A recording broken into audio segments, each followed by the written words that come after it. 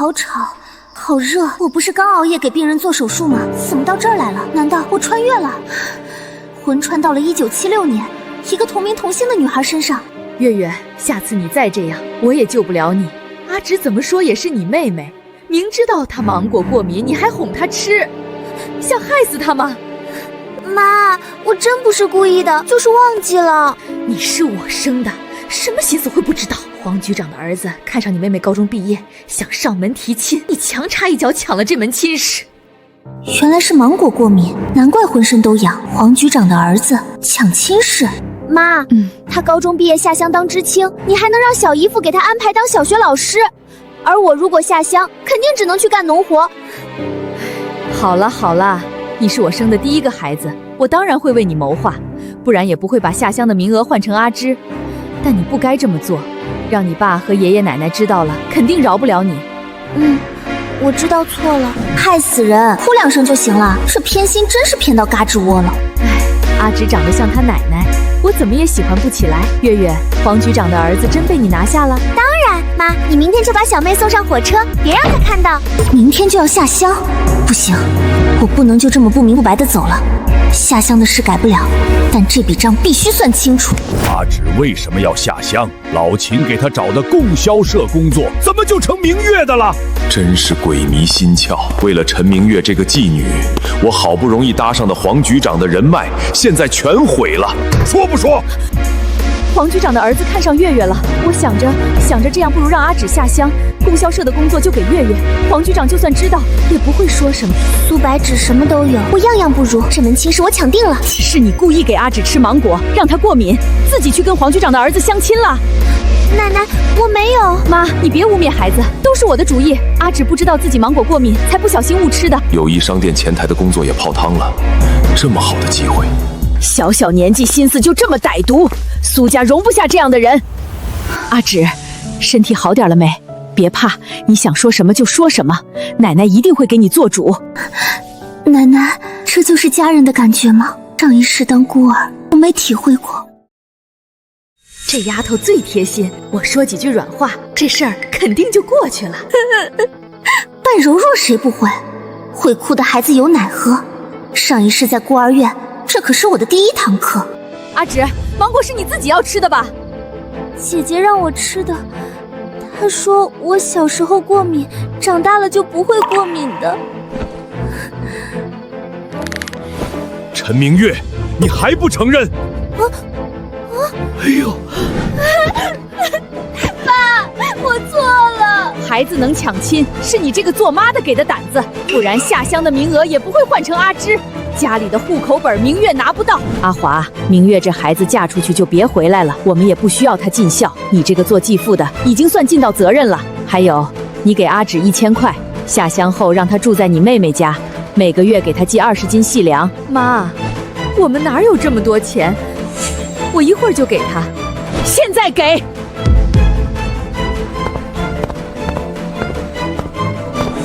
白眼狼，跟他奶奶一个鼻孔出气，明天就送他走，眼不见为净。孩子，别怪你妈，她也不容易，到了乡下要保护好自己。快上车吧，我一会儿还得赶回医院上班。奶奶把2000块私房钱都给了我，但我没拿，留了纸条放回去了。这份亲情我会记在心里。下乡也好，正好可以去找我的博士导师傅静雯。小姑娘，下乡当知青啊，怎么就带一个包，拿着路上吃？谢谢，我不吃。看不起农村人，还不是得去农村当知青？傲气什么？这孩子才1岁左右，吃瓜子太危险了。哎呀！宝宝，快吐出来，快吐出来！哎呀，我没给他吃，他自己抓的，跟我没关系。孩子翻白眼了，快找乘务员，孩子可能被瓜子卡到气管了。别慌。哎，真是可怜啊！我们村儿就有孩子是被糖卡喉咙死的。你闭嘴！咳出来，快！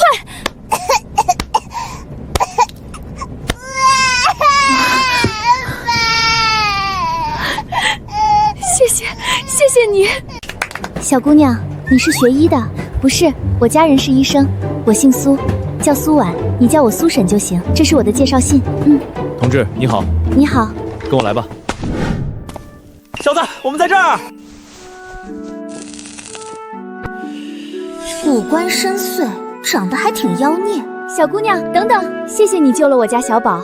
以后有什么事需要帮忙，尽管来找我。我住军区家属院，就在罗河村旁边。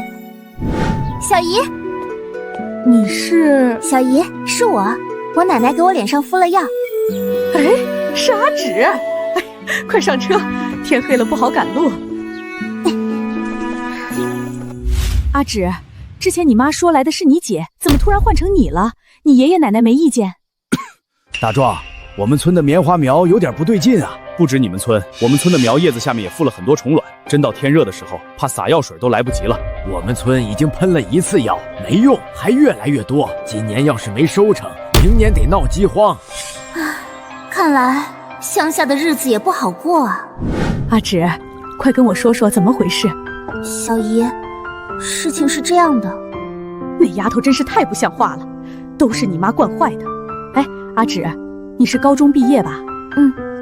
行了，小学有给老师住的房子，倒是你住老师宿舍，正好有个伴儿。我家里3个男娃，不方便让你住，但你别怕，你有事儿我肯定会管。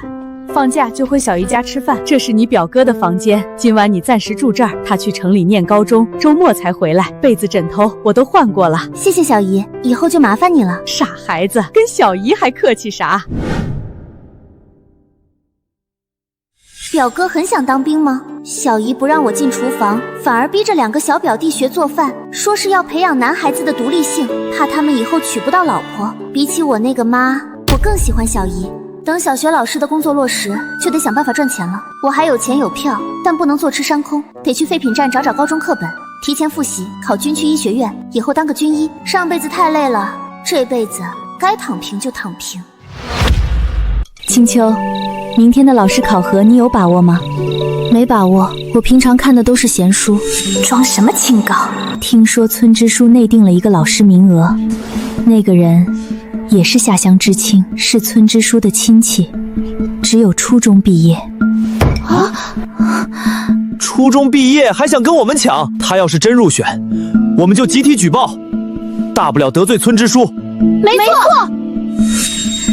只要他们闹起来，我就有机会。我最近都躲在屋里复习，肯定能过。小姨夫跟我说过，既然是亲戚就要避嫌，所以他只帮我报了名，能不能选上全看能力。白薇98分，苏白芷95分，阮清秋95分，宋明94分，90分以上的就这4个了，低于90分的不能参加试课。刚刚念了名字的4位已经抽签选好了试课内容，给你们半个小时准备，一会儿到隔壁教室试课。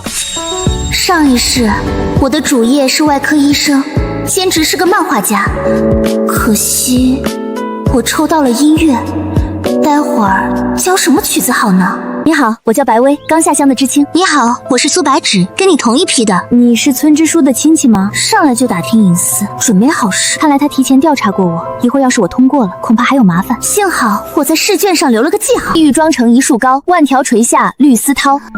青秋真厉害，他这次肯定过了。他可能憋着什么坏。我的教案，他怎么会有我准备的几何题？他偷了我的教案！阮知青，他是不是偷了你的教案？无耻小人！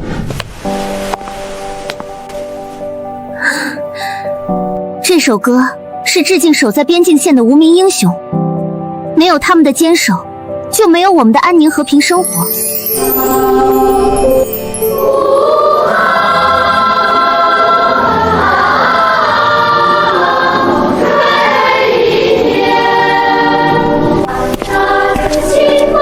好激昂的战歌，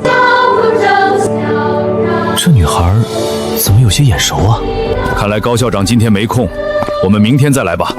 感谢宋明和白薇同志参加考核，经过我们讨论，决定录用阮清秋和苏白芷2位同志。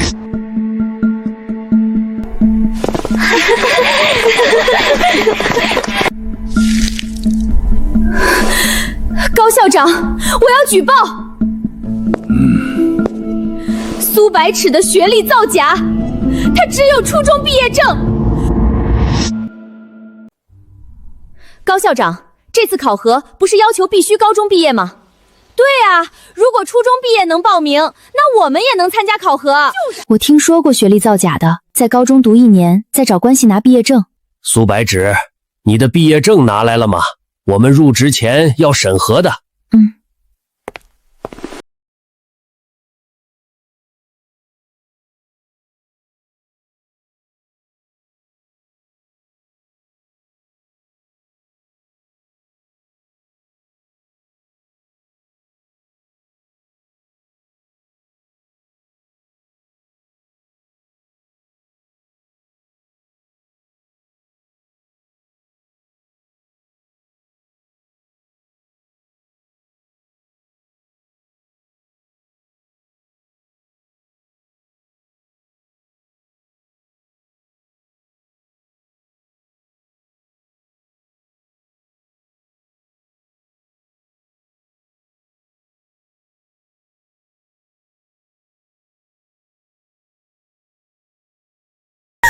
举报我，其实是想举报我小姨夫吧？难怪昨晚就属白薇叫的最欢，原来白薇是故意煽动我们。妈的，白薇好阴险啊！你好，我叫阮清秋，苏白芷。医学系统绑定成功，开启初始模式。喂，你到底绑定了没？小爷的系统可是末世最厉害的发明。谁在说话？别看了，就是我。这宿主怎么是个傻子？你才是傻子，你全家都是傻子。不知道现在有没有狂犬疫苗打？被白猫抓伤死了，比窦娥还冤。我不是畜兽。别以为会说人话就不是猫了。女人，好好看看我们末世的伟大发明，就知道自己有多蠢了。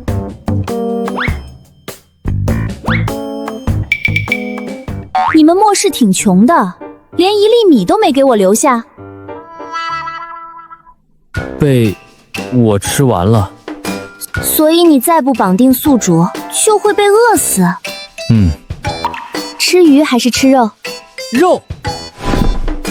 行，一会儿去国营饭店买肉给你吃。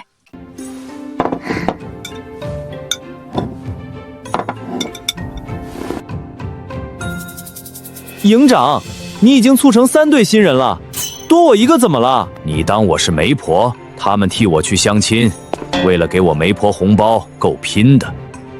那下次我也替你去。下次再说。娶媳妇儿有什么好？你们训练时有这么积极，也不会每次都被我打趴下了。吃人以后祝孤生吧。好吃。想抢走原主的工作，门儿都没有。你会杀鸡吗？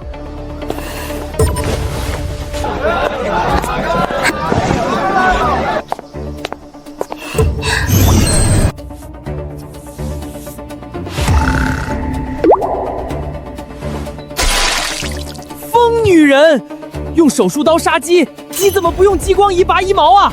好主意。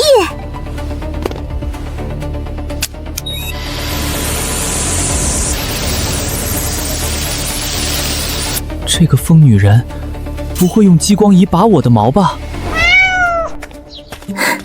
阿芝回来啦！小姨，今晚吃肉。快进屋说。听说今天考核不顺利，已经考过了，明天上课。今晚我就搬去小学的宿舍。行，锅碗瓢盆我给你准备了一些，不够咱们再去买。你这丫头，下次去街上要等我一起。你在宁城也吃这个菜，我还以为你们城里人不吃这些。城里人以前也是农村人，现在还得靠农村人种粮食养着，大家都一样。胡说！我奶奶说了，城里人就是高人一等。我努力读书，就为了以后要当城里人。少抽！我送你读书是为了让你高人一等的，我看看你就是皮痒痒了。以后表姐就是你们小学老师了，对老师该怎么样？苏老师好，帮表姐一个忙，给我拎行李，表姐请你吃糖。好嘞。老罗，这样下去，这片棉花地都会被蚜虫传染，别说产量了，估计到不了秋天就死光了。老罗，我们这些人里就你文化程度高，这事儿拖不得，得让上面重视才行啊！明天我再去一趟县政府，不行，只能靠我们自己了。爸，表姐做的菜真香，我们以前吃的都是猪食吧？你敢当着你妈的面再说一次？阿芷，虽然你是老师，但放假的时候也要到地里干活，到时跟着二虎去捡麦穗就行。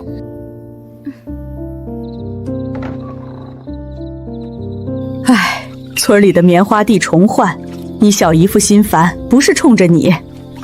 村里没有治虫的法子吗？有是有，就是不管用。那些棉芽卵就像扎根了一样，除了又长，除了又长。棉芽虫，我记得导师的论文里提到过几种防治方法，或许可以试试。你妈真是个黑心肝，这么好的女儿还舍得送乡下。阿芷，把这里当自己家，小姨把你当亲女儿疼。小姨，表弟们听到会吃醋的。那两个臭小子，除了喊饿，整天跑出去疯玩，啥也不是。大伯母，我妈要生了，流了好多血，接生婆去其他村了，不在家。别哭了，我现在就过去看看。小桃，去厨房烧水，越多越好。阿芷，你怎么也跟过来了？这里，小姨，我从小跟我奶奶学习，能帮点忙。好，系统，帮我扫描一下孕妇。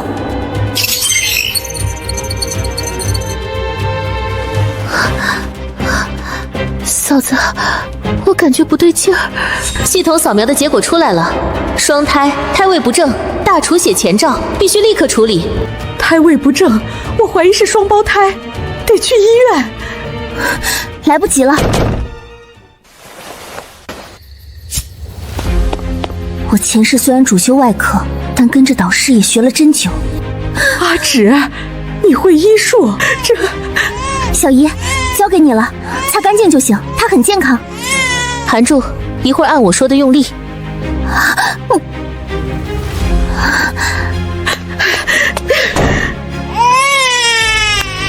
产后大出血风险很高。忍忍。白痴。我在。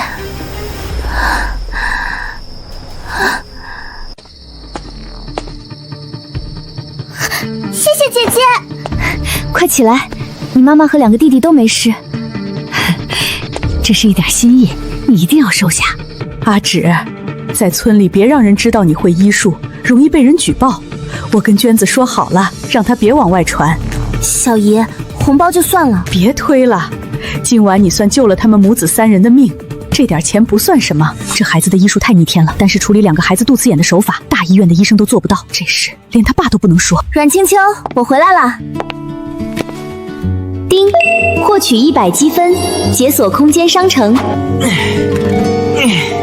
白小爷，你怎么练也不会有肌肉，白费功夫。小爷愿意。哼，这些如果都能解锁，以后就方便多了。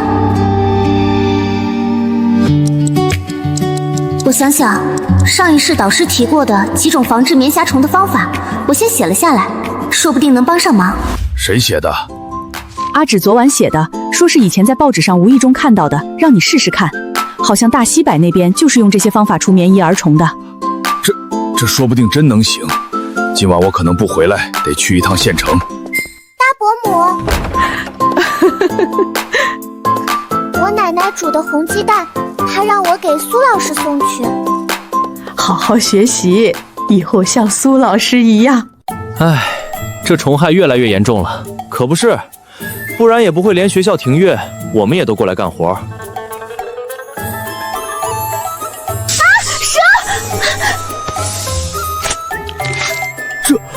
我以前喜欢洋蛇，只是现在没条件。阮青秋看着白白净净的，下手怎么这么狠辣？没事还喜欢养蛇，怪瘆人的。苏知清，你不喜欢养蛇吧？我给你介绍个俊俏的小伙子。可以啊，不过那小伙子扛揍吗？我心情不好，喜欢揍人，因为这个才被家里人送下乡的。我再问问，有合适的肯定给你介绍。过了今天，咱俩的名声算毁了。一个性情古怪，一个是暴力狂。阿芷，快过来，让你表哥背药桶跟着。大虎，这是你表妹苏白芷，旁边的是阮知青。表哥，好久不见。药水是有效的，但不一定来得及。表哥，你的班主任是不是校领导？你怎么知道？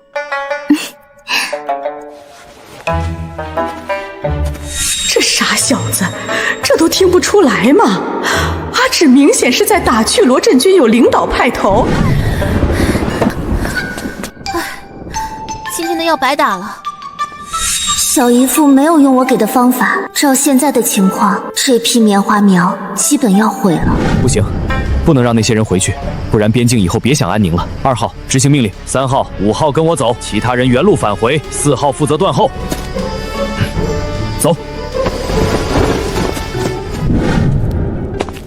苏小白，小爷要吃肉。白小爷，安分点儿，我现在就去打野鸡。启动生物扫描。哼，我要吃一整只鸡。你用新开启的空间厨房一体机处理。空间什么时候多了厨房？积分累积到一定值，就不会只是简陋的休息室了，所以你要继续努力了。低调点儿，这里靠近军区，容易被盯上。收获满满。这野鸡也太多了。我放了药气，他们都是闻着味儿过来的。杀气是你们的军人，他中弹了，再不取单消炎，他很快会死的。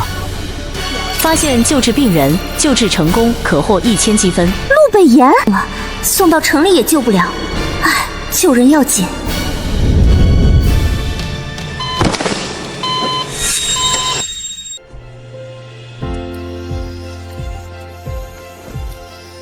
这身材真不错，难怪你看呆了。患者面前无性别，我只是一时走神。先取子弹，有机器辅助，可以最大程度避免伤到神经和血管。终于取出来了。咦，难道是我的错觉吗？全麻状态下，陆北仙不可能醒的呀。队长做的标记一直在附近，他肯定在这里。我都闻到血腥味了。不对劲，我总感觉有人在盯着我们。不愧是特战队的，这第六感真敏锐。是队长。哎，陆北燕的伤谁包扎的？现在没时间理会这些细节，赶紧带队长撤。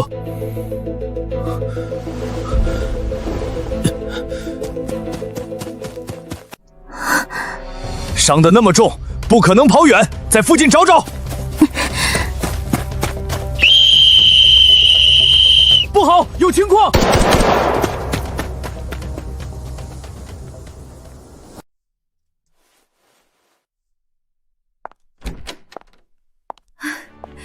你终于回来了。听说山上混进了对面的探子，校长让你去办公室开会。还有就是关于3声教育的教案，大家也要尽快准备一下。辛苦大家了。珍爱生命，学会保护自己，学会生存。看到写有这种字符的食物不能吃，拿着这种食物的人，你们要警惕。苏老师的教学总让人眼前一亮。你看操场旁那片地都是他带学生种的。我让人去宁城打听了，他高中时看了不少书，难怪懂得多。别听白雪那些谣言，说什么苏老师是特务。今年的强化还得靠苏老师，不然评比我们又是垫底。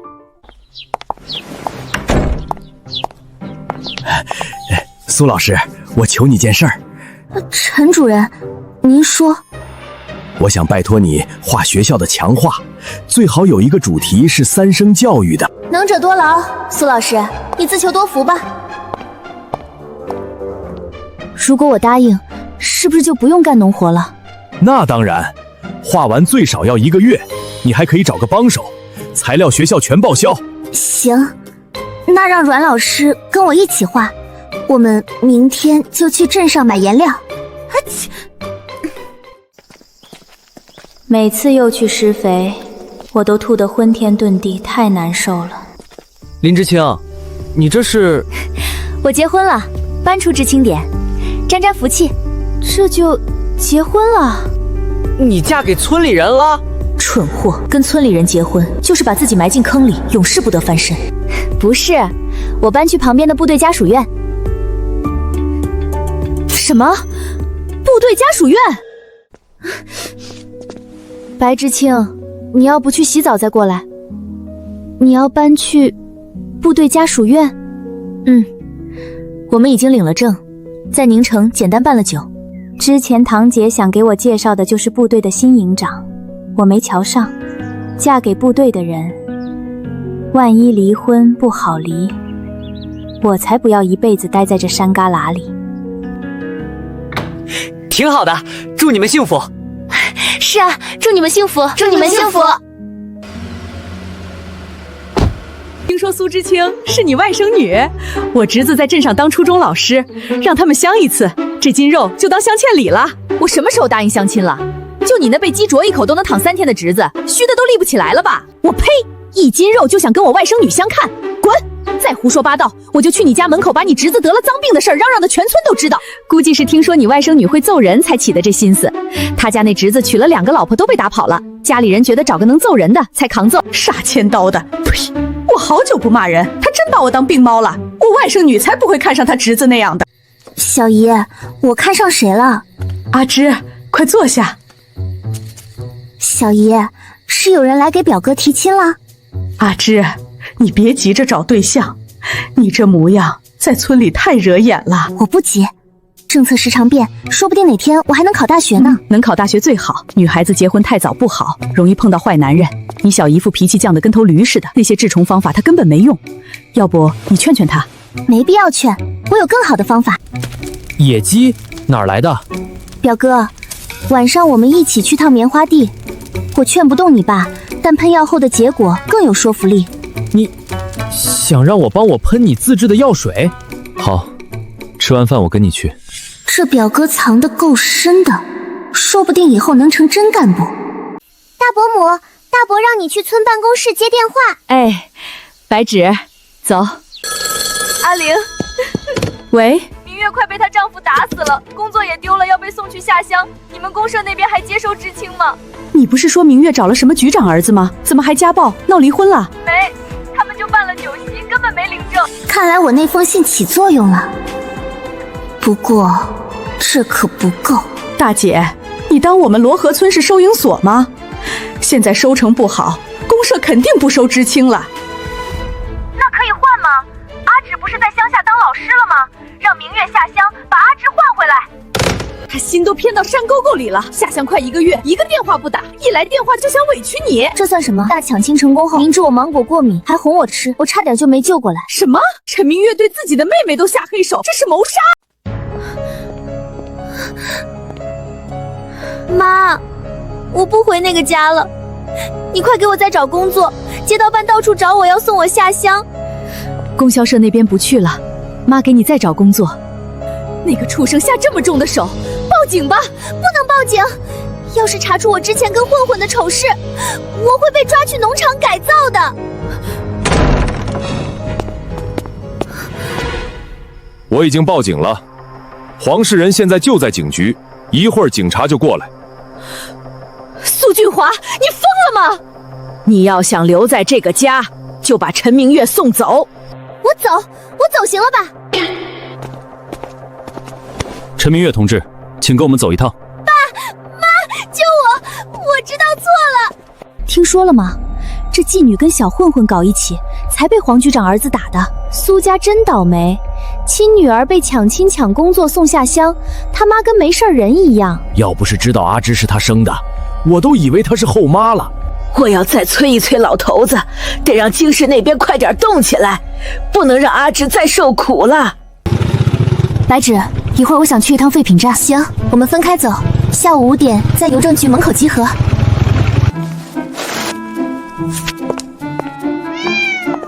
苏小白，我要吃肉。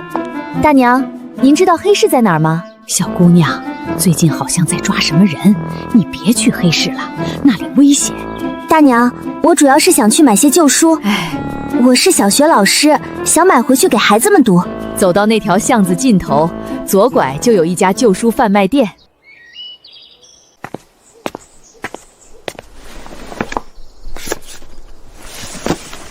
苏知清、宋知清，你也来县城？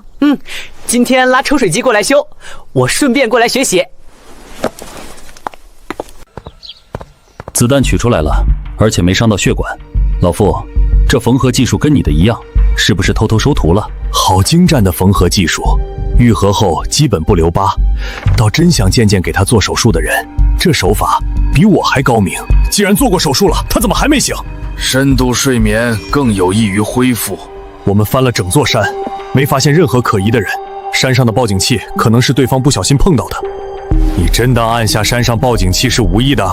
能追到这边的人，会是没脑子的？那救小鹿的神秘人到底是谁呢？所以，我昏迷时闻到的馨香不是错觉。我们查到那个人被救了，而且还有人给他取了子弹。消息可靠吗？老大的枪法很准，枪应该打在靠近心脏的位置。可靠，我怀疑按下报警器的也是那个人。我们得找出他，说不定能治好老大的腿疾。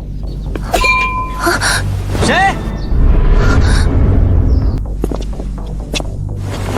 哼，苏小白，小爷帮你抓烂他们的脸！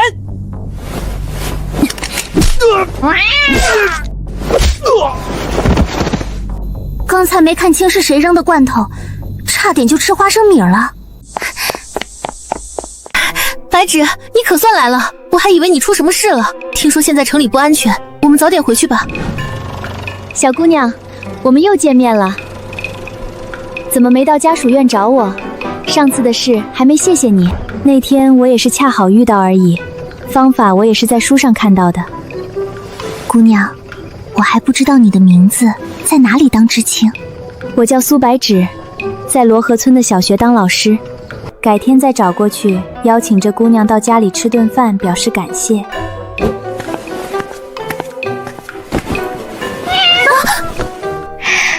白芷，你养的猫？你要是介意，我养在屋外，太可爱了，我可以抱它吗？可以，它很温顺的。刚才小爷还救了你，你转头就把我推到其他女人的怀抱。这些我要带去给导师。他的病，这时可能已经发作了。手指像有千万只蚂蚁在咬，麻痒又痛。静雯，你就向上面举报我吧，这样他们就会帮你恢复名誉了。老师，别说了。我给他施针，外面有人保护你们，出问题您就喊一声。静雯的手出问题了，神经麻痹，不是我能治的。现在稍微好点的中医都隐声埋名了，再耽搁下去，以后手就废了。这对一个外科医生来说，比死还难受。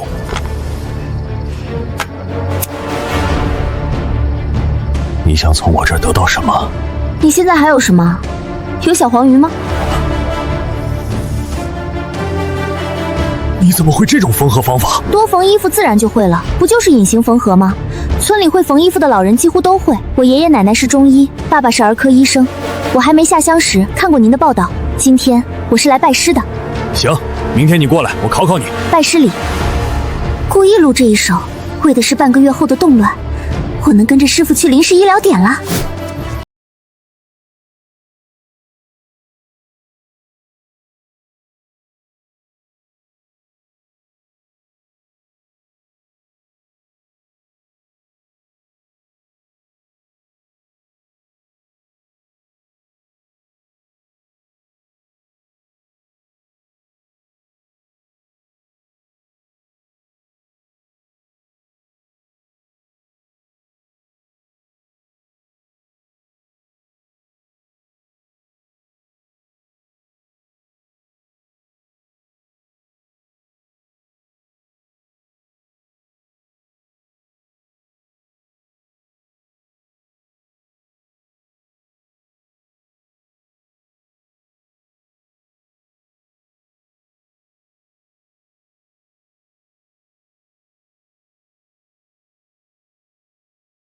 阿芷，效果很好，才喷了2次，棉芽虫就少了一半。这些方法是经过实践验证的，用的原料各家都有，还不影响棉花苗生长。表哥，明天早上你再带小姨夫过来看，比任何劝说都有用。好，我这就去安排。对了，那那2个特务怎么会知道有人给那个军人做了手术？是部队医院有内鬼，还是有人故意透露消息？队长，这些都是按照你的意思，我瞒着秦团长查的。我也没想到能查出这么多东西。哼，狐狸尾巴藏得这么严实，我得出去晃荡一下，他们才好动手。队长，你要不要跟团长说？队长，滚！想撒娇回村抱你娘去！啊！昏迷时闻到的香味，还有这缝合的手法，跟以前我奶奶给我缝裤裆很像。基本能确定，是位女医生。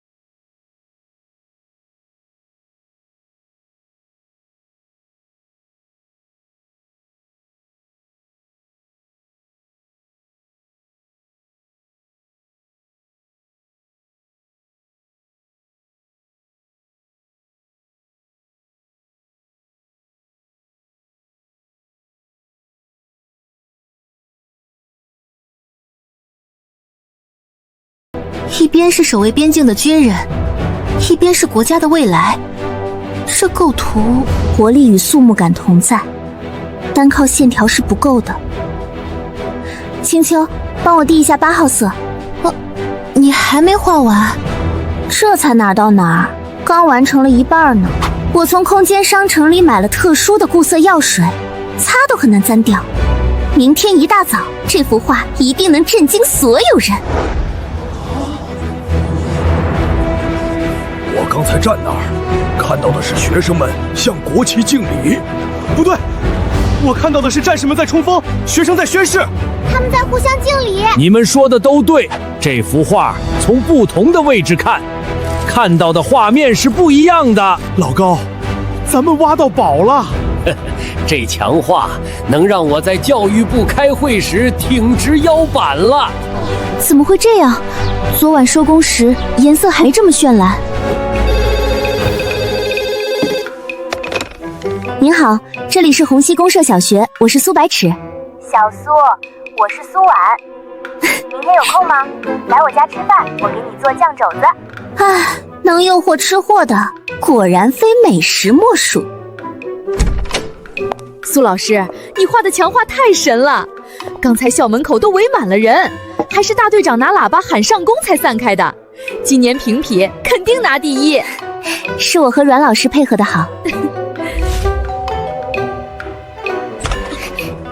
苏老师，这是我家，我妈妈叫苏婉。所以你早知道我要来，故意不说？你个小调皮。姐，喊错了，该叫姨姨。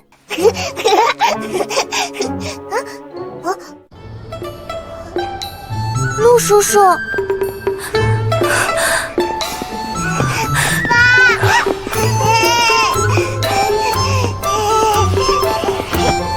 小宝，你身上怎么这么脏了？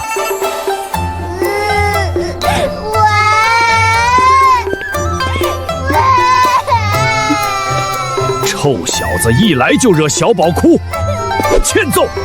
苏老师，快进去，别理陆叔叔。小苏，快进来，马上开饭了。啊！你们怎么也来了？嫂子让我们来的。他没告诉你？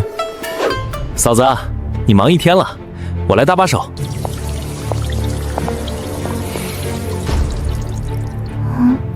咦，我居然闻到了火药味，哪个警卫员能接触火药？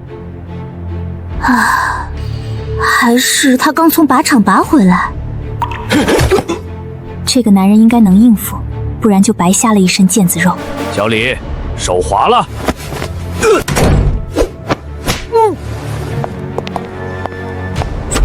他们人呢？他们可能要去切磋一下。下次你有计划，能不能提前说一声？你看我的头顶，操心的快秃了。你不是操心，是老了。我的警卫员出了问题，我也有责任。老秦，这人上面都查不出来，你没发现算正常。老爷子让你给他打电话，说是又给你安排了相亲。你别不当回事。老爷子发怒了，说让老王亲自监督你相亲。老爷子还是太闲了。完了，每次看他这么笑，就有人要倒霉。不就是想让我早点结婚，好调回京市，让堂弟不用上战场吗？我偏不如你们的愿。既然不想让我好过，那大家都别过了。苏丫头，快过来，让姑奶奶看看。姑奶奶，您脸色红润了不少，看来之前我送的鸡血藤有效了。你这丫头嘴抹蜜糖了。老师，准备再施针了。你缺乏实操，光背下这些还远远不够。静雯，你刚当2天老师，就想让苏丫头实操，是不是太急了？导师好像一眼就看穿我了。我那一对儿女，他们现在应该也大学毕业了吧？你回来正好，我煮了绿豆汤，甜的。青秋，你上完课就一直待在这儿，不闷吗？在知青点不方便看书，趁现在有空，我多看看。你想上大学吗？想。你呢？想。我要考军医学院。我也是。我舅舅说，现在已经有人向上提恢复高考的事了，让我时刻准备着。爸，我今天给村里打了电话，阿芷一切都好，还当上小学老师了。俊华，你对阿芷有什么安排吗？亲女儿在乡下受苦，你们做父母的还能咽下好饭菜？妈，我让妹夫安排她当老师。罗桂兰，做人得凭良心。我们给阿芷找了对象，下周让她相亲。可是阿芷的户口和粮食关系都在罗河村，迁不回来，办不了结婚证啊。这些不用你们管。妈，那能不能把明月调回这边下乡？哼，调回来？你是不是忘了陈明月是犯了法，才被送去农场改造的？以后陈明月的事，我们苏家不管。苏俊华的事儿，我们不想掺和的，但这次事关阿芷的未来，不出手不行。人情用一分就薄一分，分分得用在刀刃上。京师陆家的事儿还不能说。苏老师，有人找。小姨，你今天打扮得真漂亮，要去县城吗？不是我要去，是我们一起去。快回去换身衣服，打扮一下。你搬过来，小姨还没仔细看过你住的地方呢。阮知清人文静，你们相处得不错吧？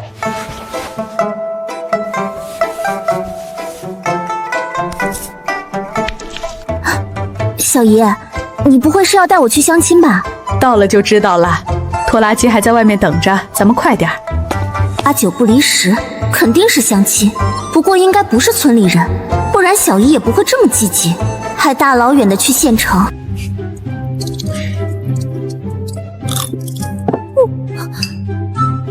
啊！我不想跟秃顶的男人处对象，我下不去嘴。老子有钱，还怕找不到对象？我断了一条腿，还肾虚，你介意不？中看不中用的废物，晦气。那桌就是，好好相看，照片上不是歪瓜裂枣，遇到好的得抓紧了，好男人不流通的。你还是别抱希望的好，这不就是被我扒光做手术的那个男人吗？你好，我叫陆北燕。我叫苏白芷。你好，你又受伤了？小伤。陆同志，我现在不想结婚，这次相看是家里人安排的。陆同志，你很好，只是结婚不在我的计划里。虽然把他看光了，但我不承认，谁知道？我居然被嫌弃了，我应该高兴才对，可不知怎么，心里就是不得劲儿啊。我也是家里人安排的，还有人在这儿监督，要不我们处处看，不合适就算了。抱歉，我没兴趣。如果我跟家里人说看上你了，你觉得他们会怎么做？陆同志，强扭的瓜不甜，况且现在婚姻自由，你单方面的决定没用，早知道缝合的时候就手滑一下。免得陆北岩出来祸害姑娘。我们先吃饭，等他们都走了再说。谢谢。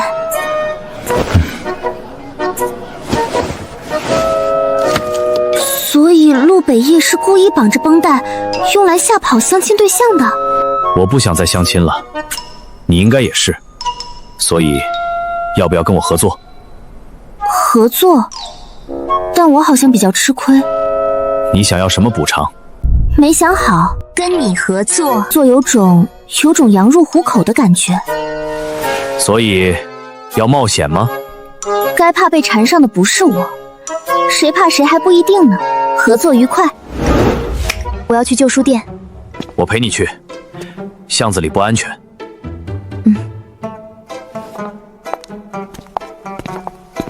你是宁城人，父母又在医院，怎么会报名下乡？我季姐设计把我工作和亲事抢了，下乡名单改成了我。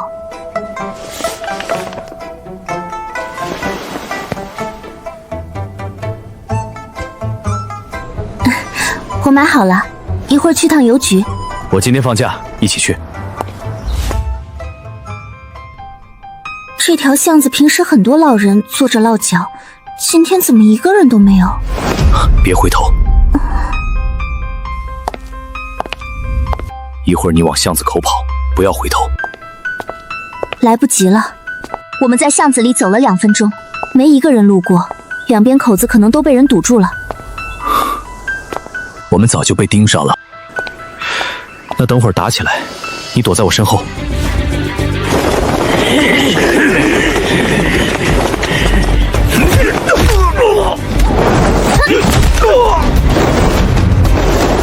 蒙面人好像是冲你来的。你现在反悔合作还来得及，不然再也不会放手了。救命之恩，得以身相许。对敌人从不手软，这些搏斗技巧还是当无国界医生时跟一个退役特种兵学的，本身对人体结构很熟悉，打哪里能让对方痛感加剧，在搏斗时就会找准位置揍。陆队，你怎么在这儿？他们是第一次相亲，第一次进警局，全凑一起了。喝杯水，一会儿咱们就离开。苏同志，我姓王，是陆北燕爷爷的警卫员，让你受惊了，这次是意外。王伯，我没事。听说苏知青母亲在丈夫死后不到1个月就再婚了，肯定早就跟人苟且了。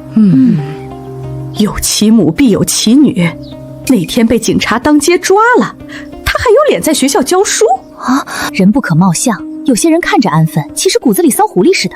嘴里喷粪就回家待着，再宣派我外甥女，我撕烂你们的嘴！明天我就跟村干部说，给你们几家多分派任务。我们说的是事实，不怕你去告。李招娣，你亲眼看见了？听警察说我外甥女因什么由头进局里了？我听别人说的，现在学校里都在传。你说谁说我就认定是你说的，跟我去大队办公说清楚。看你以后还敢白雪白老师说的，有本事你找他去！你们再嚼舌根，坏我外甥女名声，我一定去队里举报。妈，谁惹你生气了？今晚你做饭，我出去一趟。不行，我得赶紧去大队打电话，让苏家那边早点准备。相看好了，赶紧让阿芷领证结婚，免得夜长梦多。表姐，刚才门口婶子们在胡说八道，我弟就是个三傻子，为了合群居然附和他们。你以后有糖别给他吃了。好啊你还敢回来！小姨，让你跟着别人造谣，还敢回来？看我不打断你的腿！他都快10岁了，能管住嘴了？不能为了合群，别人说什么就是什么，这种错误以后不准再犯。阿芝，上次治棉害虫多亏了你，我们这片棉花田都保住了。小姨夫，应该的。主要还是靠你们组织大家一起喷药水。相亲那天到底怎么回事？为什么会进警局？没什么，就是碰到了小混混闹事，陆北岩报了警。哎呦，那幸亏有陆北岩跟着，以后你还是少去县城。那个白老师心思真歹毒，不知道女人的名声多重要吗？小姨，这事你别管，白雪会自食后果。白老师，那个苏老师的事儿是真的吗？他怎么还有脸在学校当老师？长得那狐媚样，一看就是个会勾引人的。就是在县城巷子里乱搞，被警抓个正着，我们凭什么给他脸？桂花嫂子，我们私下说说就好，传出去影响不好。我们说的是事实，有啥影响？桂花，听说你妹妹相中陆营长了，看上他是他的福气。我白眉妹子是工农兵大学毕业的，才貌双全。老秦，我上次听你说小鹿去相亲了，不会是跟王营长的小姨子白薇吧？白薇，别听外面的人胡说八道，我忘记跟你说了，跟苏白芷相上了，两人在处对象。什么？那陆北燕跟苏白芷相亲那天进警局了，现在外面谣言满天飞，说他们在巷子里乱搞被抓了。这事儿我得跟陆北燕说一声，不然指不定出什么事儿。你们听说了吗？白老师上周末跟一个男人去招待所了，怎么可能？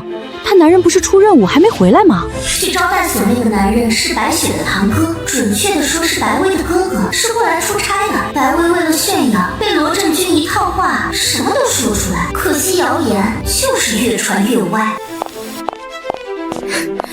是你对不对？说我跟男人去招待所的是你。我可没说你跟谁去，只是有人看到你跟一个男人进了招待所闲聊。谣言嘛，不就是模棱两可吗？你个贱人！这不是你惯用的伎俩吗？用到你身上就受不了了。和相亲对象在巷子遇到小混混，报警把他们送去警局，到你这儿就变成做了见不得人的事被抓了。白雪，你坏我名声，不就是因为入职考核时修改试卷被校长处分了吗？你还到处传我是特务，说出去的话是要负责的。我已经报警了，你跟警察说去吧。我也报警，你也造谣了。我有证人，你有吗？我可没说你跟男人鬼混。哪位是白雪？我是白雪同志，我们怀疑你跟一个案件有关，请跟我们回警局协助调查。不是我当时只是看到他上了警车。苏同志，谢谢你上次配合我们调查。白雪的丈夫家背景不简单，我们平常都睁只眼闭只眼，不跟他计较。苏老师好像一点不忌惮啊。苏老师，看来你们相处的不错，北燕还会替你出头了。什么替我出头？家属院里，北燕借切磋的名义，把传谣言的几个嫂子的丈夫都揍了一顿。晚上院子里传出很多夫妻吵架的声音，王桂花脸上多了2个巴掌印儿，眼睛还紫黑一片。是吗？动静这么大？看来北燕心里有你，她以前可不管这些闲事，更不会闹这么大动静。苏姐，她就是手痒了，跟我没什么关系，我们只是合作关系。她这么做可能也是演戏给外人考吧。你妈在婚后逢年过节都不回来，你外婆整天在门口坐着，眼睛都望瞎了。这次你过去让她好好瞧瞧。小姨，我带了些麦乳精、白糖和罐头。你有钱就攒着，买那么多东西干嘛？小姨，就当是我妈买的，跟外婆别说漏嘴。哎，行吧。喏，门口坐着的就是你外婆，她每天都等着，就想着哪天罗桂兰能突然回来。哎，阿兰，你终于回来了，在城里受罪了，怎么那么瘦？妈，这是姐的二女儿阿芷，回来就好，回来就好。阿兰，妈好想你，你怎么这么久不来看看妈？唉，这可能就是思念成疾吧。爸，阿玲，你怎么有空回来？村里让我们轮休。外公，好，长得像你妈，又有股她没有的韧性，脚踏实地。一会儿吃了午饭再回去。前2年你爷爷奶奶还会写信来买草药，最近很少来信了。他们都好，只是提前退休了。外公，我能买些草药吗？阿芷，你竟然会认草药？认得出一些，不多。那外公考考你，要是全答对，这里的草药你随便摘。不错不错，都答对了。我家小阿芷出息喽！小姨，以后我可以自己过来找外公吗？我还能拦着你？你常来，他们2老肯定开心。你外公的医术我没学到1/3，你要是能学，就多学学。我也看出来了，凭外公的医术，肯定不止当个赤脚医生这么简单。这个年代，为了明哲保身，他藏得很好。苏白芷同志，这是你的汇款单，需要本人签字。好的。1000块，这是我们快3年的工资了。连环画卖了5万册，按零售价1%分成，所以有1000块。主编说加印了10万册，后面按2%分成。苏老师，原来这连环画是你画的？我听说现在京市都售空了，能不能卖1本给我？我家侄子吵着要，一直没买到。抱歉，这些书我打算每个班放1本，剩下的2本也答应给别人了。我还怕你心软会借钱给他们，没想到你拒绝的那么干脆。我有那么傻吗？救急不救穷。那倒是，咱们小学的老师除了咱俩，几乎都有点背景。青秋，你的稿费应该也快到了吧？周末送来了，不多。等你的小说出版了，我一定买一本，记得给我签名。没问题。这次美丽校园评比，还有国外的校长来参观，咱们学校没一个会外语的，倒是派谁接待？好在这次有苏老师的强化，不然咱们学校脸都丢到国外去了。接待人选倒是抽签决定吧。对了，这是我从投诉信箱里取出来的信，校长你看看呗。这个白老师以前是造谣，现在直接实名举报，说苏老师占集体便宜，在职教师不能发表作品赚钱，简直胡说八道。他知道话强化没收钱，他觉得理所当然，现在又眼红人家出书赚钱，这跟占集体便宜有什么关系？这事儿你盯着，别让他在网上捅娄子。老傅，太阳打西边出来了，你怎么主动来找我？我想让我新收的徒弟进手术室。你收徒了？谁啊？我们医院的蔡医生？不是，一个小学老师，通过你们医院的笔试考核应该没问题。老傅，你开什么玩笑？一个小学老师过笔试考核？我是认真的。你看他的名字都上报纸了，罗河村治棉孩虫的方法就是他提供的。这，你想让他进医院实习？他说要考医学院，不急着实习，我要带他进手术室亲自教。你对他评价这么高？以他的理论水平，当你们的主任医生都绰绰有余。老傅肯定言过其实，有王婆卖瓜的嫌疑。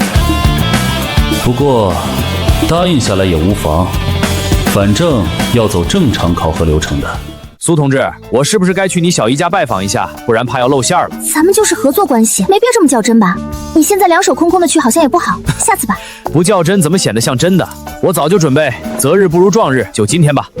好吧，那你跟我走，得快点走，不然被村里下工回来的婶子们看到就更麻烦了。表姐，他是？我是你表姐正在处的对象，未来表姐夫。小家伙，你可真有眼力劲儿。你还算配得上我表姐。少贫嘴，快去烧饭，一会儿你妈回来了。哦。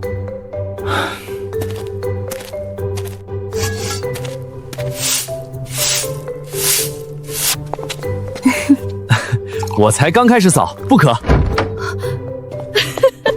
你这孩子，带他过来怎么不提前说一声？小姨，是他自己突然要来的。小姨，是我突然要来，您别怪阿芷。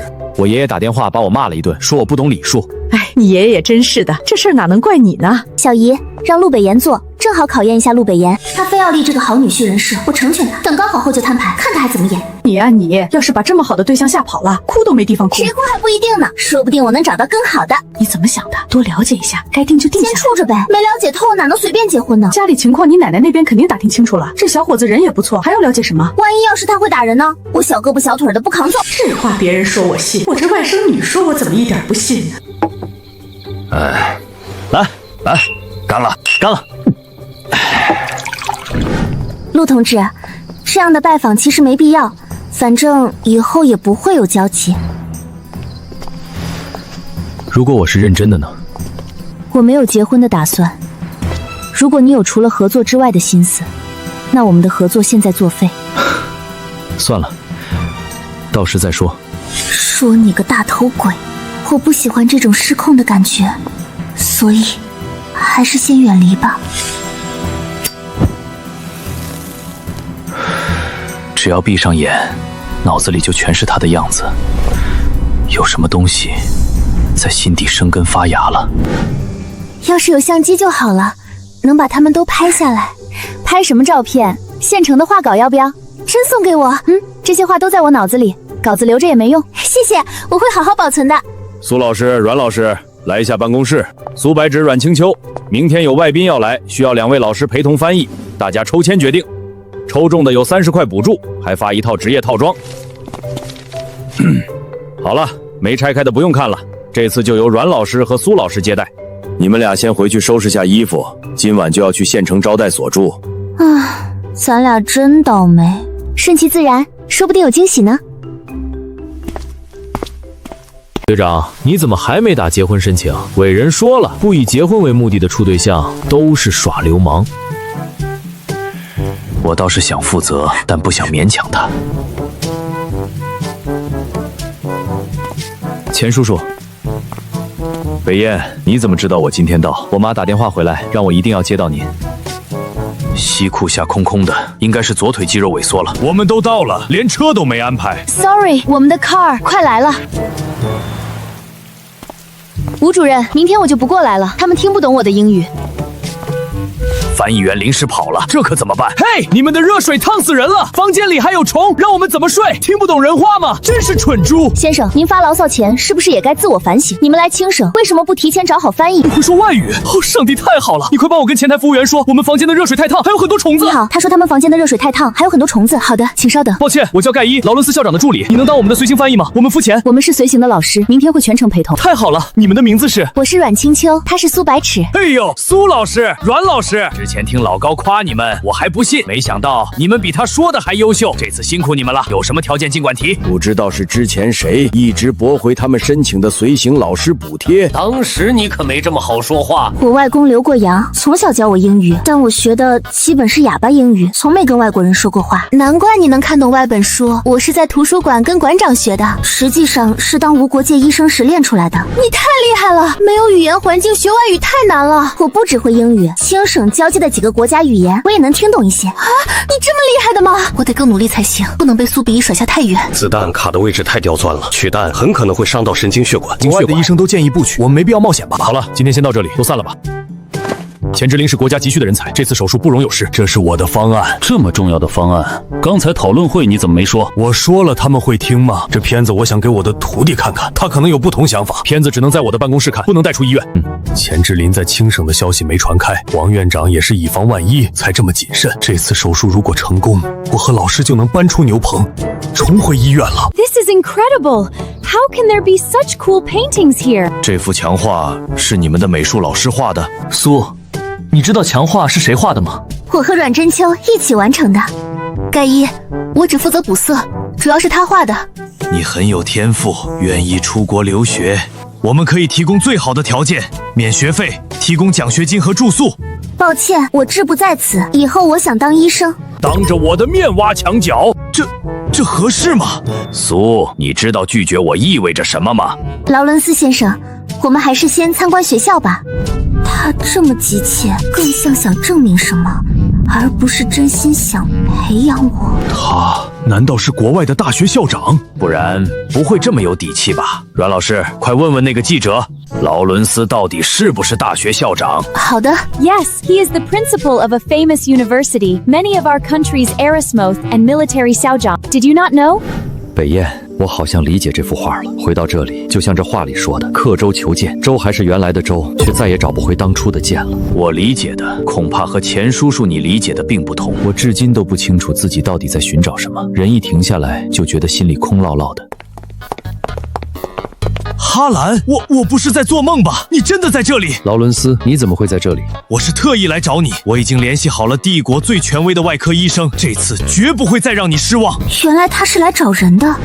劳伦斯，我不相信帝国的医生，而且我已经决定在国内做手术了。高校长，这位就是我们之前提过的校友钱之琳先生。钱叔叔，您刚才的疑问可以问高校长。高校长，这些画是哪位美术老师画的？我能见见吗？这些墙画都是这位苏老师画的，阮老师负责上色。苏老师，这幅刻舟求剑的画风跟其他的很不一样，是有什么特别的含义吗？钱先生，你现在不就是在刻舟求剑吗？在曾经启蒙的小学找漂洋过海时丢的剑，还能这么解读？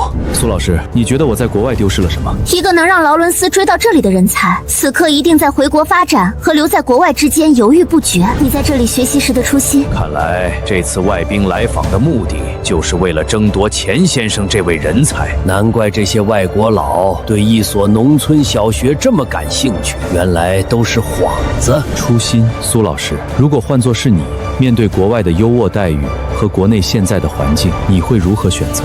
单从个人前途来说，当然是留在国外更好。国外的研究环境目前确实比我们好很多。苏老师慎言。哈哈，这位苏老师还是有眼光的。不过钱先生，您觉得一个人的伟大是什么？或许他真的能劝动钱叔叔。没有伟大的个人，只有伟大的团队。千千万万个渺小的个人共同努力，才为这个千疮百孔的国家破开了新局面。在国家未来与个人前途权衡时，我想那些牺牲的先辈早就用生命告诉了您该怎么选。王局长，谢谢你们的接待，我会给县城的图书馆捐书，为轻省的优秀学生成立一个奖学金基金会。哈哈，那太感谢了。苏老师，我们又见面了。钱先生，你来做术前检查。好，疼痛加剧时具体是哪几个位置痛？奇怪了，一个小学老师怎么会出现在这儿？苏白居的推测很可能是真的，国外的机器不可能没检查出来，他们可能就是怕钱之林学成回国，当时才没处理脑中的弹库。再用机器检查一次，我亲自操作。老傅，这台手术我们不能做了，风险太高了，你不能再冒险了，而且他还不确定会不会留下。只要有一线希望，我就不会放弃任何一个病人。他脑里的弹壳不取出来，一旦转移，很可能直接变成植物人。你这犟脾气，患者有知情权，做不做让他自己决定吧。苏老师，你还没回答我。如果是你，你会放弃国外的优渥待遇回国吗？会。为什么？钱先生，你之所以犹豫，是怕自己后悔。我爱这个国家，即使它现在有很多问题，但只要它需要我，我就会留下。军人穿上军装，保家卫国，我以后穿上白大褂，一样能为国家出一份力，仅此而已。钱先生，我们需要再为你做一次检查。王院长，跟在副医生旁边的是谁？第一助手的位置怎么能让一个新手来？副医生刚收的徒弟，小蔡多跟着学。这台手术很可能会成为医学教材案例。这姑娘一点不像新手，镇定的像个老医生。一个小姑娘而已，副医生怎么会如此鲁莽？我倒要看看你待会儿怎么出丑。手术准备，麻醉师，手术正式开始。首先取脑中的弹壳。这配合也太好了吧！他真是个新人。空间升级已完成，开启同医学模式。病人生命体征不稳，又恢复正常了。副医生，让我来缝合吧。阿芷，剩下的你接手。凭什么？凭什么他能入副医生的眼，被收为徒？我查了，劳伦斯的目标确实是钱之林。你父母那边怎么说？我还没联系上他们。他们也不清楚细节，只说钱叔叔回国前正在研究一款新枪，后来项目被搁置，他才动了回国的念头。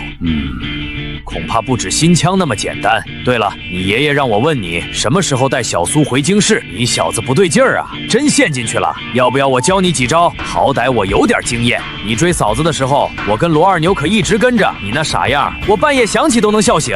你小子揭我短是吧？你这么欠揍，就不怕我跟小苏告状？随便，我就不信没人治得了你。那个人已经出现了。王院长，怎么样了？手术很成功，我得赶紧去汇报。先喝杯温水。谢谢。我的医学空间一直监测病人的情况，手术很成功，空间积分暴增到10000分，还解锁了10几种特殊药方，制作需要用的原料几乎都能在罗河村附近的山里找到。我也能用空间积分跟商城购买。如果你想上医学院，我能帮忙。不用了，谢谢。你不想上大学？我更想凭自己的实力考上，而不是靠谁推荐。如果一直不恢复高考呢？洛河村那么多知青等了10几年都没等到回城的机会。混沌总会过去，也许我运气好呢。再等1年，如果不恢复高考，我接受老师的安排。他并不愿意跟我有过多牵扯。苏同志，你理想的丈夫是怎样的？没有，我从没打算结婚。悲催的爱情太多，我不觉得自己会是幸运的那个。只是为了搭伙过日子的婚姻，我不需要。所以前世我不结婚，也不恋爱。我终于理解了，为什么秦团长刚追嫂子的时候会一副蠢蠢的样子了。怎么瘦成这样了？跟我回家，小姨今晚炖鸡给你补补。小姨，就是天热吃不下东西，吃不惯食堂就来小姨家吃，多双筷子的事儿。我要是天天来，二胡奶奶又该找您麻烦了。小姨放心，我保证1周就养回来。你这孩子，哎，你表哥不知道抽什么风，最近天天在家复习高中课程。看来表哥还真把我的话听进去了。你跟陆同志处得怎么样了？他有没有说什么时候结婚？不清楚，他最近应该很忙，得再给苏奶奶打个电话问问。对了，前2天知青点出事了，有人半夜爬进白知青屋里，被老鼠夹了手，还想讹钱，结果白知青直接报警把人抓走了。妈，我来煮饭吧。阿芝，你去外面歇着，别干活了。小姨，你去摆碗筷，我跟表哥聊聊天。阿芝，你真觉得会恢复高考吗？我最近在复习，好多题都不会做，心里没底。迟早的事儿，不会的题你都标出来，回头送到学校给我，我写解题步骤给你。我之前做的习题也可以拿给你看。谢谢你，阿芝。今年交了公粮，剩下的粮食不多了，村里还没想出办法吗？能有什么办法？大部分地都种了棉花，只能拿棉花去换粮食了。爸，总指望外面有余粮太被动了，还是得开荒增产。哪有荒地开？附近都是山。有啊，把山开了。想过，但灌溉是大问题。农业局没派专家来，我们也不会。小姨夫，咱们村就有一个现成的专家，就看你敢不敢用了。谁？牛棚里的杨翠芬，她受丈夫牵连，下放前是京市农业大学的教授，专门研究梯田和水稻种植的。可村里没人敢跟住牛棚的人来往，她会愿意帮忙吗？不试试怎么知道？隔壁镇遭了蝗灾，粮食减产，今年冬天怕是不好过。我得跟村里的其他干部讨论一下，现在不准备，今年秋冬大家都得挨饿。苏小白，什么时候进山？我想吃野鸡了。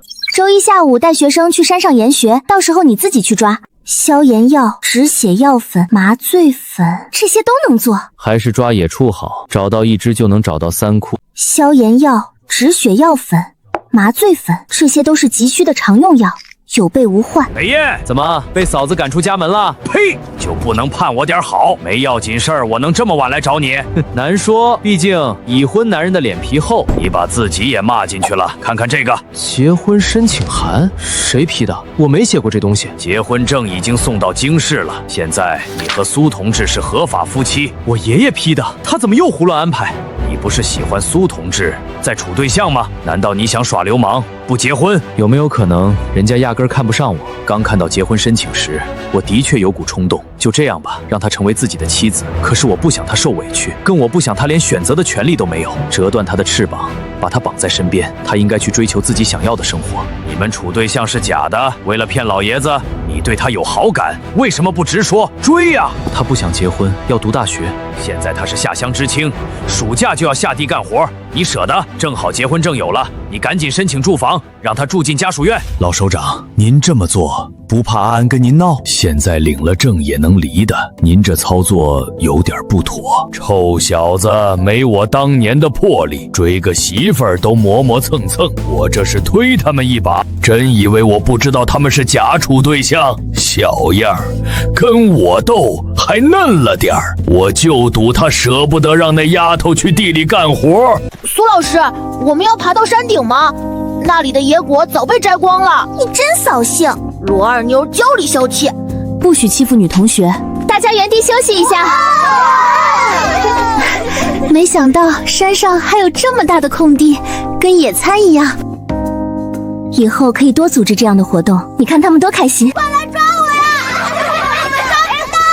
二虎，小心后面！你们在上面等着，别靠近！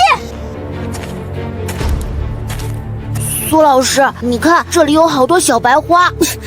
那是野生的银耳，不是花。你别乱动，注意脚下，下面就是悬崖。这小子胆子也太大了。表姐，你有没有闻到一股腥味儿？表姐。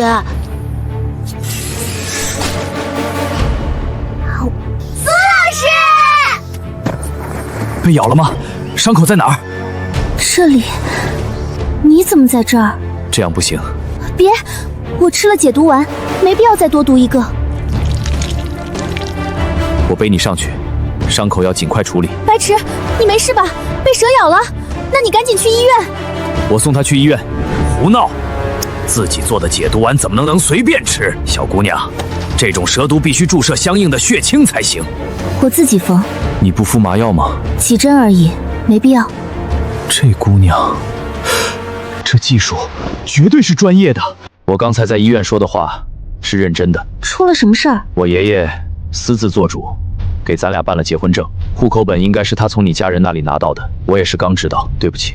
你先冷静，听我说，我们可以假装结婚，就当换一种合作方式。有了结婚证，你就能住进家属院，不用下地挣工分。你想离婚随时可以，我配合。队长，有紧急任务，得立刻出发。你先去忙吧，我可以自己进去。等我回来。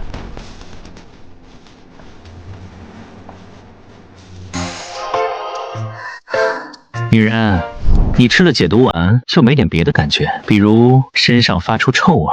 怎么这么臭？一股难闻的味道从身上散发出来。我明明刚洗完澡。排毒，纯。这解毒丸的效果是不是太好了？空间出品，必属精品。你太小看我们末世的东西了，看看你的伤口。愈合了，一点痕迹都没有。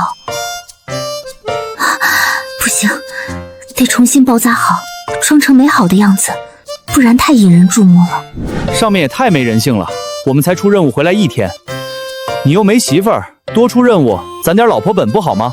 忠于国家，忠于人民，你别动摇我的信仰。检查装备，1分钟后出发。是。歪国的团伙换了头领，竟然敢从雷区入境。出发。罗振兴，组织班干把桌子移到2边，我们上生活课。耶！苏老师真是拼，被蛇咬了第2天就来上课，今天又拎着一大袋东西。这些不叫小白花，叫银耳，准确的说是野生银耳种子。我们把棉花籽、细沙混合，装进塑料袋，做成北奖鸡，再把碾碎的银耳种子放进去。大概35到45天后，它们就能长出大朵的银耳了。罗振兴，你来操作一次给大家看。养殖银耳，这生活课上得真好。除了堆料，还要注意湿度和温度。咱们学校有个空的储物室，环境正好。一会儿我们就把这些宝贝都送过去，以后每天轮流浇水。二虎，你们班上什么课呢？那么热闹。保密。放假前我请你吃甜品。别说这个了，二狗子家的表哥表弟来了，带了好多没见过的糖。你弟三虎已经跟着去了，我们快去。没见过的糖有什么稀罕的？表姐给我的糖我也没见过。三虎这个蠢蛋，给块糖就跟人走。姐姐，我们快回家吧，不然爸爸又要打人了。怕什么？你不去，我就告诉爸妈你上次考试没及格。快跟我回家！那2个人看着不像好人。二虎，你赶紧滚，不带你们玩了。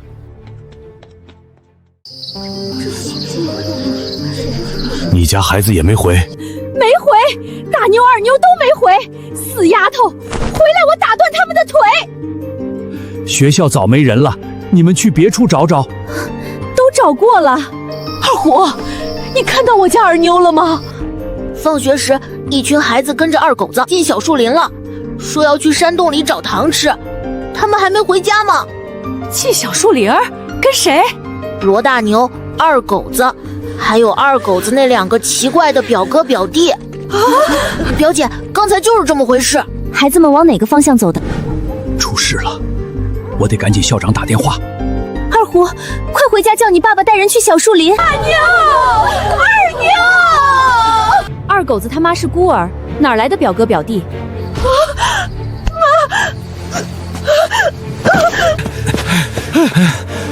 朱大娘是不是收留了2个来路不明的人？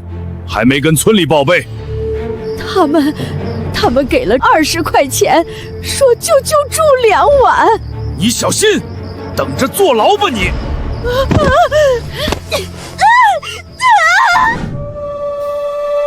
你们听，是叶子吹出来的曲子，但是那边没有路。这是血迹。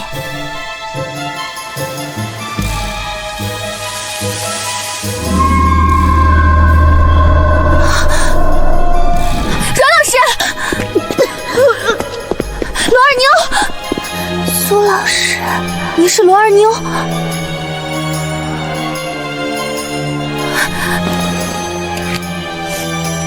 有3个孩子已经没呼吸了，其他孩子呼吸很弱，得立刻送医院。白芷，怎么不救了？男孩是外国人，不是孩子。真我爹女，那你们来想咬毒自尽，太便宜你了。大妞，快！救护车已经在林子外了，快送医院！这孩子毁容了。老师，我跟你一起处理这个病人。有3个孩子没能熬过来，尸体在那边，需要家属去认领。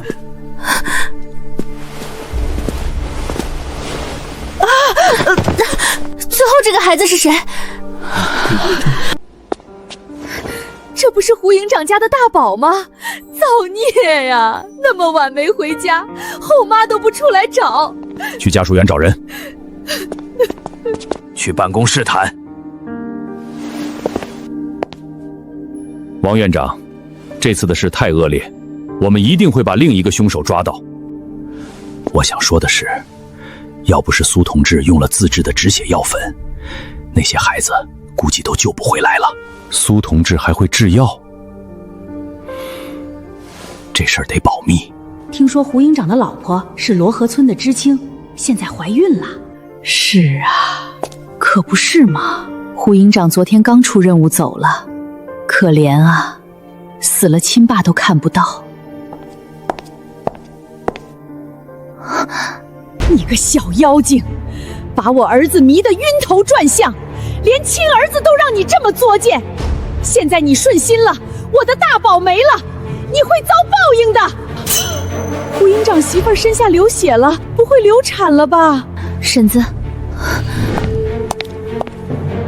罗二妞一会儿就推出来了，你们谁去陪床？我，老罗，你跟着护士把大妞送去停尸房。苏知青，要不是你及时给我家大牛止血，他的小命就没了。罗婶，你这是做什么？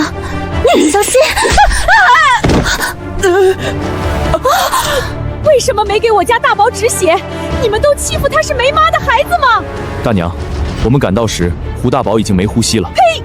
我要去举报，让学校开除他！你见死不救，我家大宝就是被你害死的。那你就去报警，去举报，看看谁搭理你。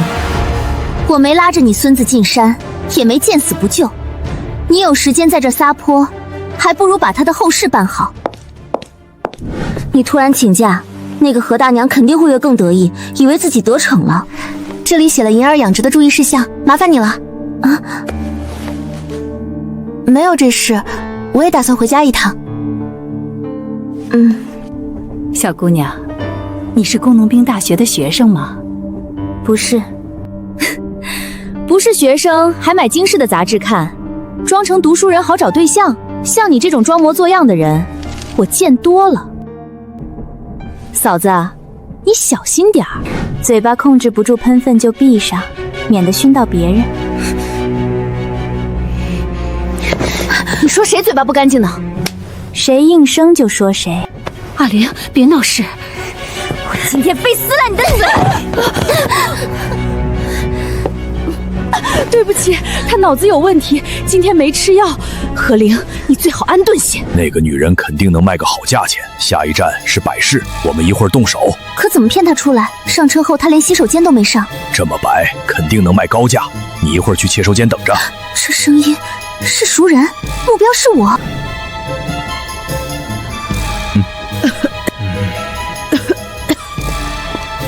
有小偷！我看到了，他刚才把手伸进那个大娘的布袋，他是小偷。你胡说！我睡得好好的，怎么就成小偷了？那个大娘可以作证，刚才他还解你的裤带。胡说！小姑娘别张嘴就来，老婆子我还要脸。乘务员同志，你们快把他带走，他肯定有精神病。小姑娘，我家老头子好像被什么东西卡住了，你看书多，肯定知道怎么救人，快来帮忙。有事找乘务员，我不会。你这小姑娘真没爱心。上次你不是救了一个被瓜子卡喉咙的孩子吗？别以为变白了我就认不出来了。我不认识他，他瞎说的。你们给我作证，一会儿要是我跟他走了，你们帮我报警。小姑娘别怕，这个婆子昨晚就鬼鬼祟祟的，肯定不是好人。救人要紧，我不跟你们扯皮。小刘，找乘务警过来，这肯定是个拐子。我姓战，你喊我一声战奶奶就行。您好，我叫苏白芷。怎么一个人坐火车？谢谢，我是下乡知青，请假回宁城看爷爷奶奶。是个孝顺的。苏同志，你是宁城人吗？家里还有什么人？我是宁城人，不过我有对象了，他是军官。对象而已嘛。苏同志，你家有人是医生吗？你的名字是中药名称吧？我爷爷奶奶是中医。好啊，苏同志，咱们有缘再见。臭小子没福气，好不容易碰到个对眼的，偏偏人家有对象了。二姐，你怎么做到的？教教我。还知道炫耀，期末考试考了几分？阿芷，你怎么回来了？瘦了。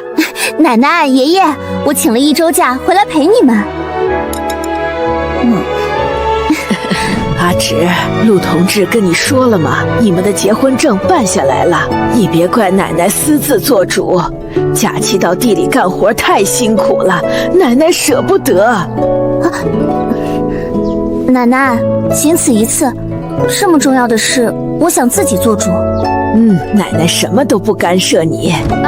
你二姐回来了，她在哪儿？出去吧，报个平安，顺便跟她说结婚的事儿。死丫头，去乡下一个电话也不打回来，母女间哪有隔夜仇？我结婚了。谁同意你结婚的？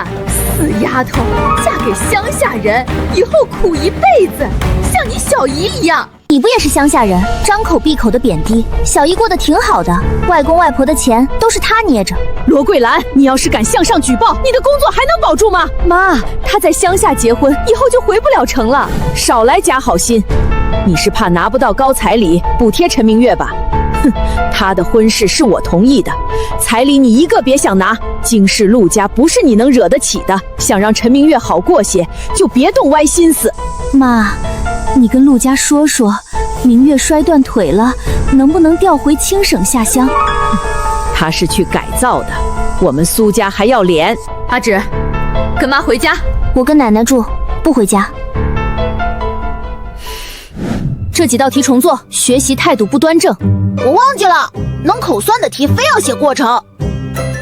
聪明的人早就在老师面前刷学霸人设了，谁还考及格线被重点关注？下次一定要考200分，堵住二姐的嘴。好好写，一会儿我带你去书店买连环画的第2册。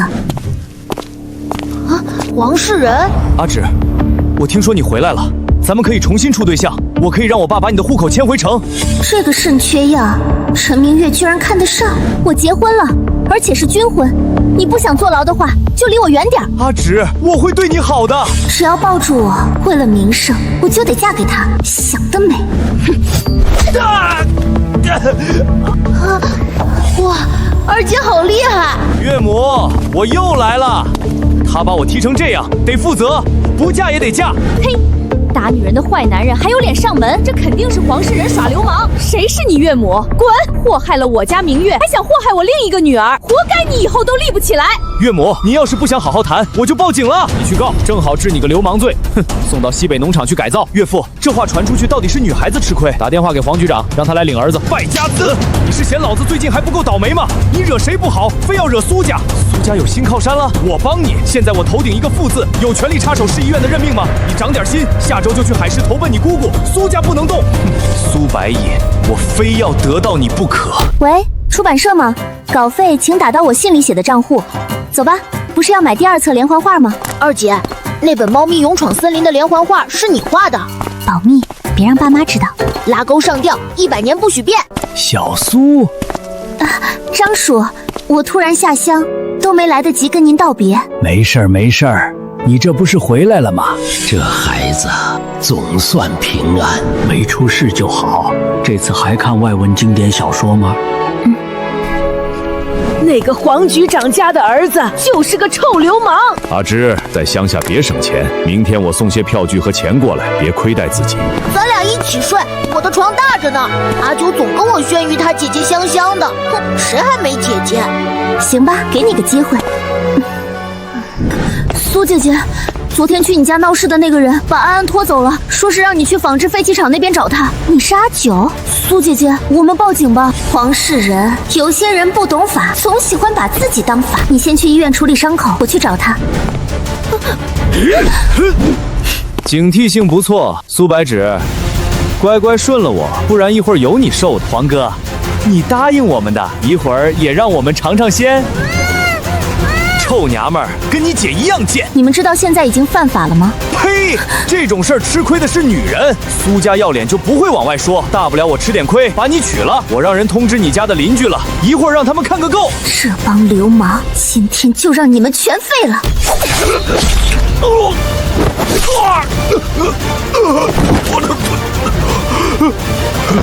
钱姐夫，你是不是忘了我爷爷奶奶是干嘛的？惹谁都别惹医生，你爸没教你吗？出来吧，看了那么久的戏，帮我处理他们。苏同志，你什么时候发现我们的？从派出所出来的时候。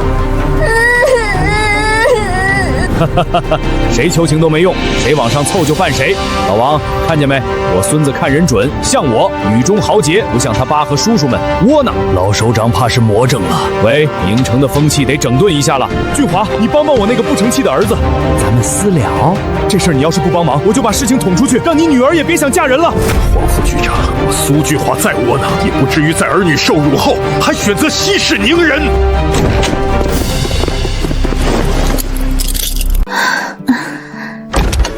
哎呀，你们没事就好。阿芷，今天黄世仁绑架了安安，我报了警，后来陆家派来的人解决了。这婚条对了，咱们得打电话过去感谢人家。以后有人欺负你，你就打回去，别怂，拳头硬了，他们才不敢动手。看熟了，以后保命用。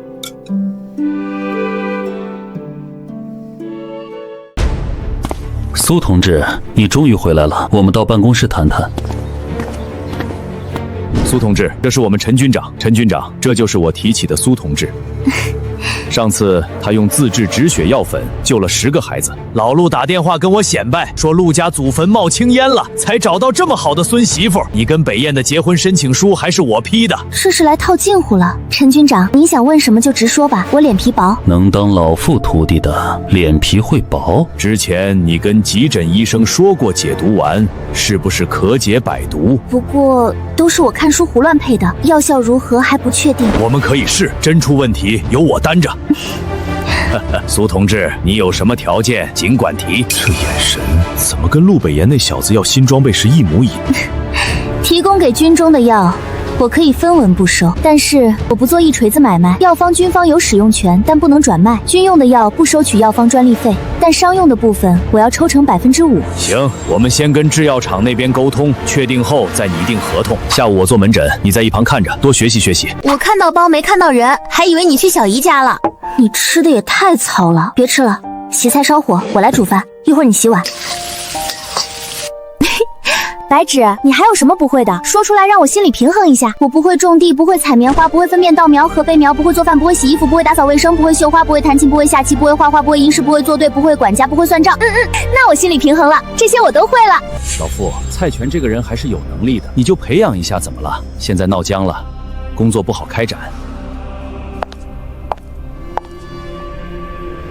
阿芷，快来，我跟这2个老顽固真说不通了。您说笑了，老师他们只是有自己的坚持而已。不说他们，你来了正好，一会儿跟我去山里看看，有惊喜。老头子，你去备课吧，今天不用你陪着了。你请假回宁城后，家属院那个朱大娘被纪委叫去批评了，还贴了公告通报，可惜另一个特务没抓到。意料之中，现在是非常时期，要藏钱之间，任何可能引起上面关注的事，都会被掐死在萌芽里。你有什么想法？土壤很肥沃，现在播种还能种2季水稻，亩产300斤不成问题。你真觉得可以？我联系了贵省的老同学，他们2天后带专家组过来。杨奶奶，您不早就检测过土壤，把申请书都交上去了吗？上面批下来了，这事儿必须2天内落实。种子专家组会带过来，但我们得安排好人手补种，分出2个小队来。我同意，抽几个知青跟专家组一起学，咱们再派村里几个人跟着。你要去你去，我不干。好不容易能歇会儿，现在又接活，想累死我啊！白知青，不去就减工分，服从集体安排是下乡知青的基本准则。凭什么你说减就减？那个苏比史是村支书外甥女，现在都不出工，你们怎么不去举报？还不是怕得罪人？你能让苏白蚁来干活，我就服从安排，不然谁也别想强迫我。这次任务的工分从8分提到12分，而且你们想想，如果梯田试种成功，种出来的粮食不用交公粮，最后都会分下来，咱们还有每天喝粥吗？好啊。好。你还不知道，知青们现在对苏白芷的情绪很大。哎呀，这事儿是我忘了跟你们说清楚。苏知青现在的粮食关系不在村里了，他在小学的工作跟其他老师一样，不用挣工分。你们这是包庇他，这次的任务别算上我。可以，那你以后也别跟我搭伙吃饭了，自己煮。毕竟咱们以后能分的粮食不同了。明哥，别跟他置气了。你会不会扎针？不会就回家种田。没看到我孩子的手都被你戳出血洞了吗？对不起，我再试一次。孩子的血管移动得快，我真不是故意的。是什么事？你们护士长呢？我要投诉你，我让你也尝尝被扎的滋味。白老师，别为难新来的护士，谁都有不熟练的时候。你在一旁看着，我来。你个半吊子，我才不。脉搏很微弱，但静心还是能摸出来的。以后记住，这一片区域的血管分布比较接上。这苏老师可厉害了，之前还救了10个孩子呢。听说用的还是自制的止血药粉。嘘，这话可不能乱说。小苏，一会儿有个难缠的病人要来换药，我来处理，你看着就行。护士长，放心吧，我有心理准备。今天你帮我换药，让实习的来就行。反正伤口缝乱七八糟的，正好给他们练练手。您老说这话，谁还敢上啊？这伤口不中缝，1个月都好不了。小丫头，我这老骨头可经不起折腾了。老先生，您这伤口最好重新缝合，不然再发炎就得用刀挖腐肉了。重新缝合要用消炎水吗？当然要用，长痛不如短痛，您忍着点，我动作很快。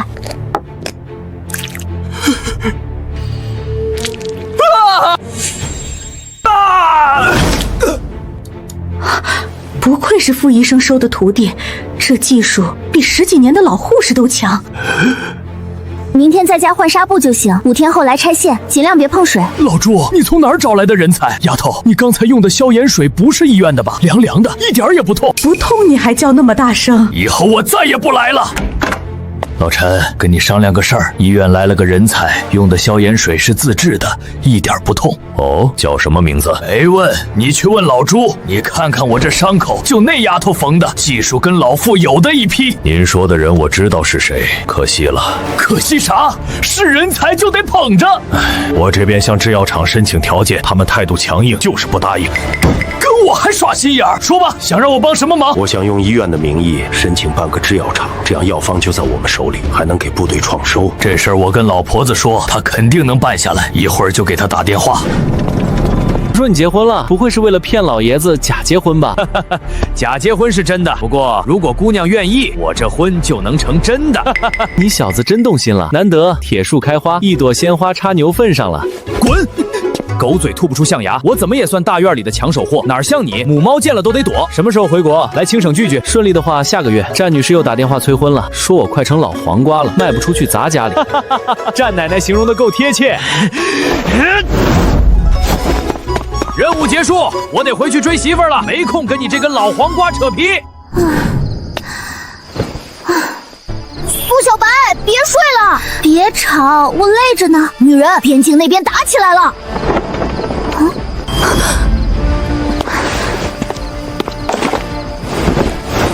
我跟你去，顺便打个野。地震了，地震了！打起来了，我得赶去医院。送下来的伤员越来越多，全往医院送不现实。我建议在附近设一个临时医疗救助站。好，我亲自给王院长打电话，让他连夜组织医护往营区这边赶。小苏，这个病人你看看，手骨错位，轻微脑震荡，送回医院普通病房观察。好，来人，把他抬走。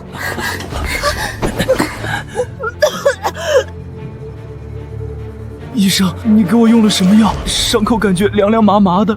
别放弃，这腿还能接回去。好了，不影响训练。这怎么可能？护士长，立刻让人把这个伤员送回去。我老师能做这个手术，伤口处理过了，越快越好。含着这个会好很多。谁处理的伤口？用了什么药？我诊断医生苏白眼，用药生肌药粉。什么是生肌药粉？这伤口还处于黄金缝合期。这种断肢再植手术，生肌药粉、神经修复药粉，如果这些药能均用，手术成功率能提升多少倍？这对师徒要成为医学界的传奇了。遇到特种兵了，快撤！老四，你先撤，我断后。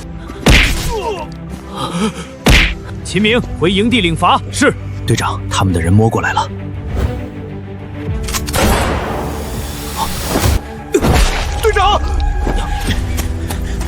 医生，救命啊！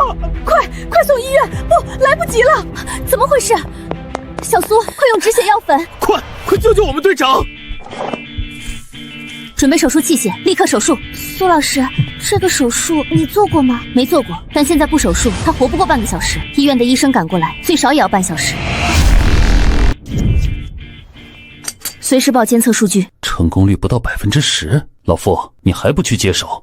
让实习生给军官做手术，咱俩都得上军事法庭。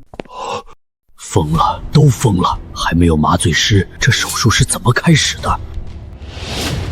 什么时候解剖过身体结构？解剖过青蛙，看过很多相关的书。你父亲是儿科医生，他有很多这类丛书。他没有，书城有。老师，这台手术是您做的，名我担了，奖金算你的。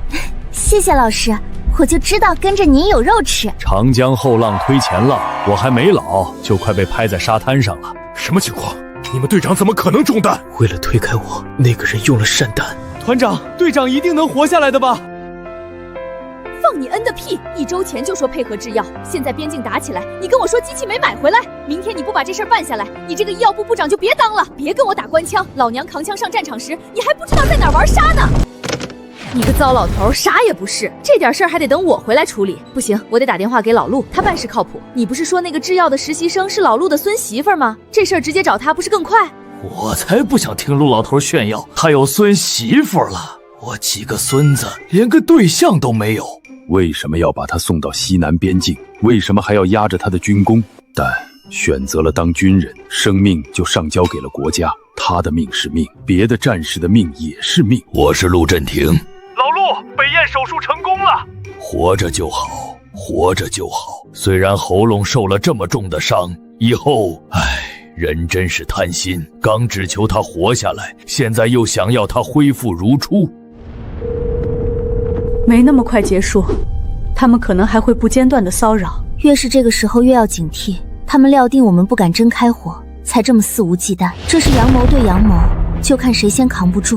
军长，这么憋屈的打太他妈憋屈了，老子现在就想扛枪打得他们再也不敢挑衅。冷静点儿，跟他们耗，损失比我们大，我们得适应常态化备战。对了，苏同志的事必须保密，除了我们几个，不能外传。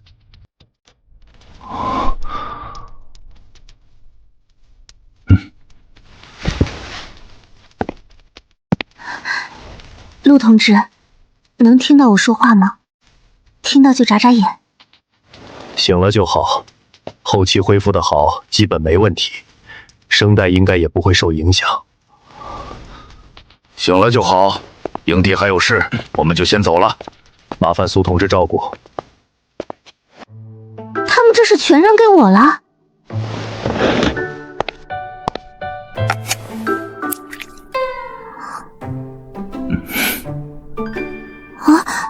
陆北燕，你还好意思笑？我差点就成寡妇了，说不定还得落个克夫的名声，我多冤枉！女人，你以后会生孩子吗？想生孩子，不想要老公。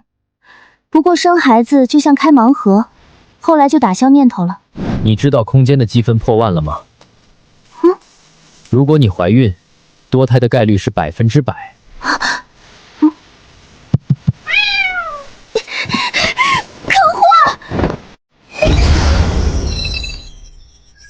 你们是夫妻才会触发这个功能，在末世，医者不给亲人做手术，这个功能就是摆设。我们是假的也能触发，你们的系统设置也太随便了。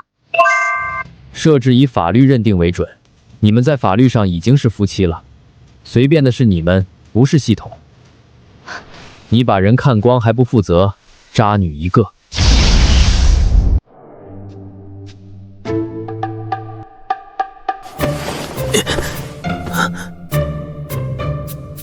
嫂子好。既然你们来了，一会儿跟医院的车送你们队长去医院病房。队长，你惹嫂子不高兴了，这是秦团长给你的院子钥匙。队长，偷偷结婚不够意思啊。不过你恢复的真快。你们怎么这么闲啊？你怎么会中银耳的？我看了好多农业书都没写。无意中跟一个阿婆学的，她跟我说，只要按照她说的方法做，就能种出银耳。阿婆？你没想过跟村支书提一下，把这个发展成村里的副业吗？你觉得他要是知道这些银耳怎么长出来的，会不动心？上赶着的不是买卖，我舅舅在信里暗示，曙光准备到了。对了，跟你说几个八卦，白薇急着相亲，林之清闹离婚，我还看到杨老师和罗老师手牵手在学校散步，他们还……你护着这狐狸精是吧？大白天的就脱光了贴一起，呸！不要脸！罗三人，这日子过不下去，咱们就离婚。你别吼了，回家说，回家说。那个杨老师看着柔柔弱弱的，没想到明天村里的婶子们又有话题聊了。人不可貌相，有时越是不可能的人，才越会干出突破道德底线的事。林子，你外甥成真有对象啦？不会是胖四婶那个侄子吧？那人品不行啊！阿芷已经结婚了，嫁了个军官，以后你们听胖四婶再嚼舌根，就怼回去。破坏军婚是犯法的，他再敢泼脏水，我就把他男人干的那些破烂事儿都抖出来。林子，我家那口子说了，梯田这事儿多亏了你外甥女，到时村里人都得记他的恩情。还有上次救我家二妞的事儿，他就是我家的恩人。你怎么想的？结婚证都扯了，总不能一直住宿舍吧？久了别人要嚼舌根的。陆同志没什么表示吗？暑假前他就让我搬去家属院，我没想好。我还以为陆家嫌弃你呢。你想什么？处对象不就是奔着结婚去的吗？说到底不搬进去还是我们女人吃亏。你是个聪明孩子，该怎么做不用我多说吧？我这也是为你好。阿芝，我看陆同志人不错，也没逼你的意思。选对象人品第一位，我可看出来他是真心喜欢你。小姨，你跟小姨夫也是。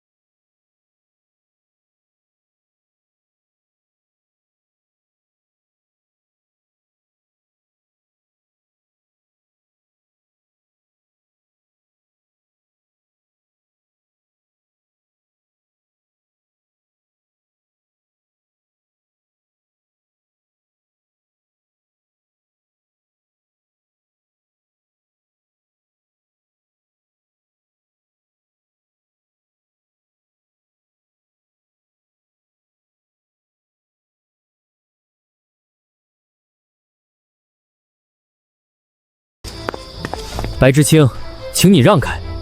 振军哥，我们结婚吧。那个三奶子天天堵我，我真的受不了了。我不可能跟你结婚，这事儿你应该跟知青点的其他人说。我撞死算了，被那样的人赖上，名声没了，以后也嫁不出去了。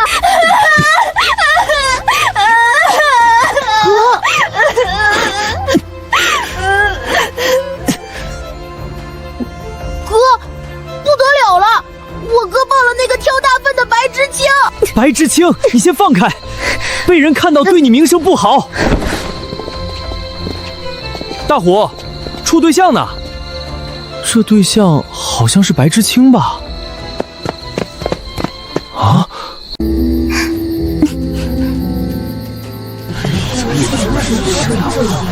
这光天化日的就搂搂抱抱，难怪三刀子看上他。大虎，你们真处对象了？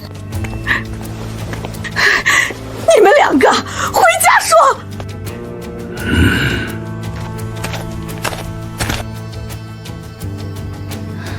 这白知青算得够狠，自毁名声这种事儿都做得出来。大虎这下被赖上了。是啊，现在严抓耍流氓，罗振军要是不娶她，被人举报就完了。一会儿你离我远些。在这跪下！爸。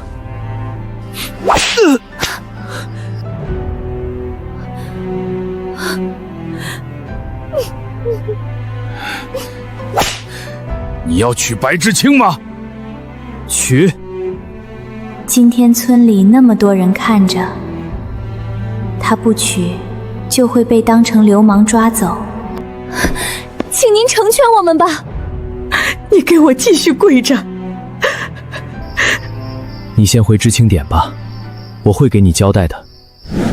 苏老师，这是你对象吗？长得真俊。不是，他是我丈夫，我们已经领结婚证了。恭喜恭喜啊，看着真般配，以后生的孩子肯定好看。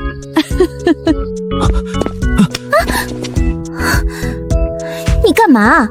苏同志，上次我的提议你同意吗？同意了一半，你先放开我。同意哪一半？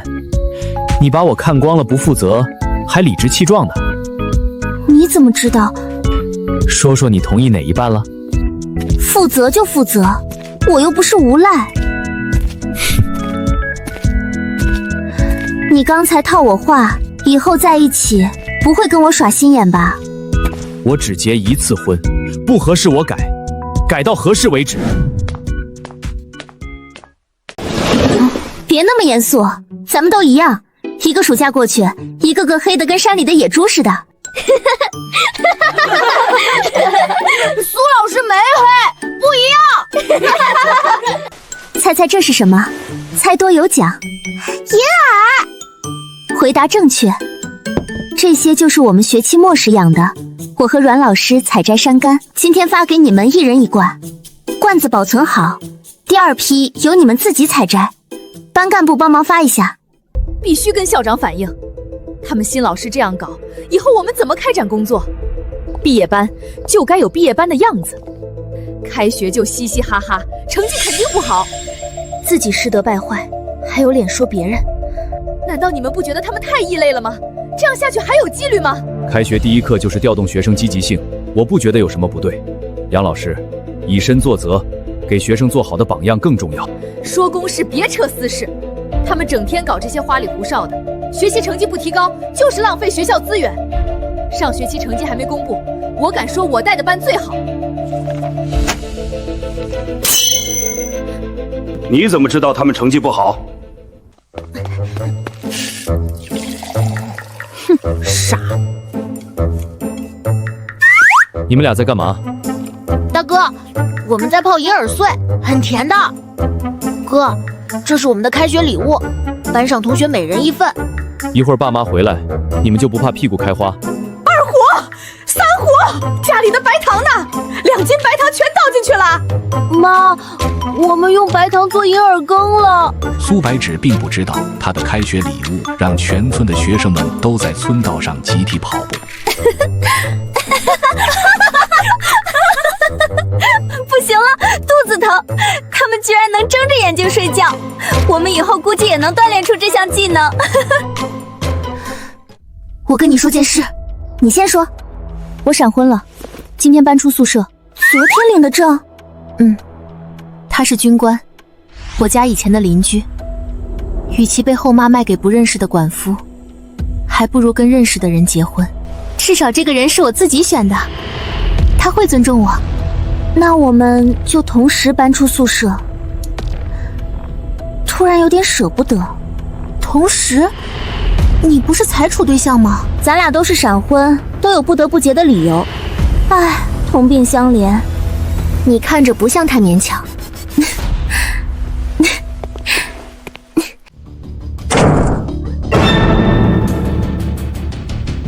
杨老师，我跟你无冤无仇，你这是干嘛？你为什么嘴那么碎，到处说人是非？你的是非还需要我说？自己行为不端，还把责任推别人身上，那么嚣张。如果让罗老师的老婆知道了，会不会冲来学校闹呢？杨老师，当天看热闹的人那么多，你怎么断定是阮春秋帮你宣传的？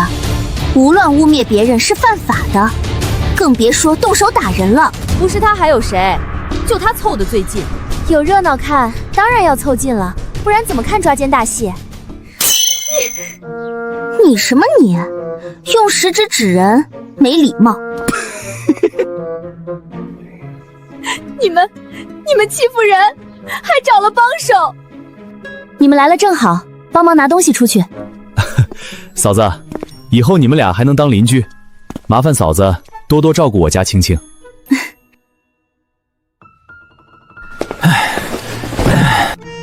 别看了，他们是军婚，你破坏就得坐牢。阮老师，剩下的垃圾我帮你们清理。有些人心脏了，看什么人都是脏的。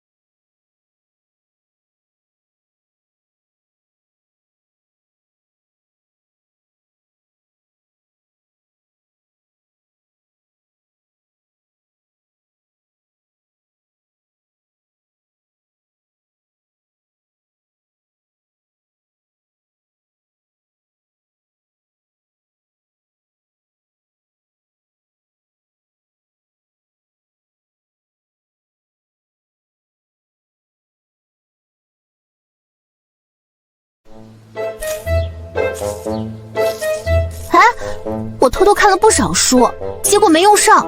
什么书？就是那个出嫁前母亲会说的女儿还没那个吧。你看我们有那机会吗？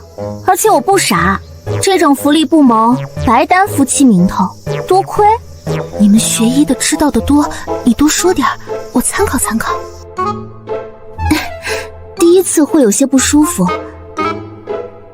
如果对方技术不错，可能感觉不到，以后应该是舒服的吧。古诗里不是有写欲仙欲死吗？不知道，没经验。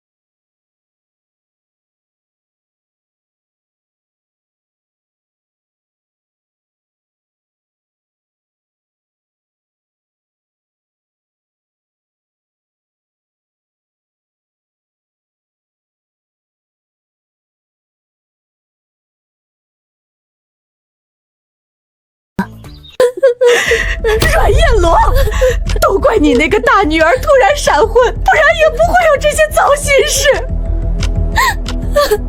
你还有脸说？我接了人家1000块彩礼，说能把青秋弄回城嫁给他，谁知道他突然在乡下嫁人了。这事儿我没敢跟阮燕罗说。青秋的事以后你别管，欠的彩礼你自己想办法补上，我没钱。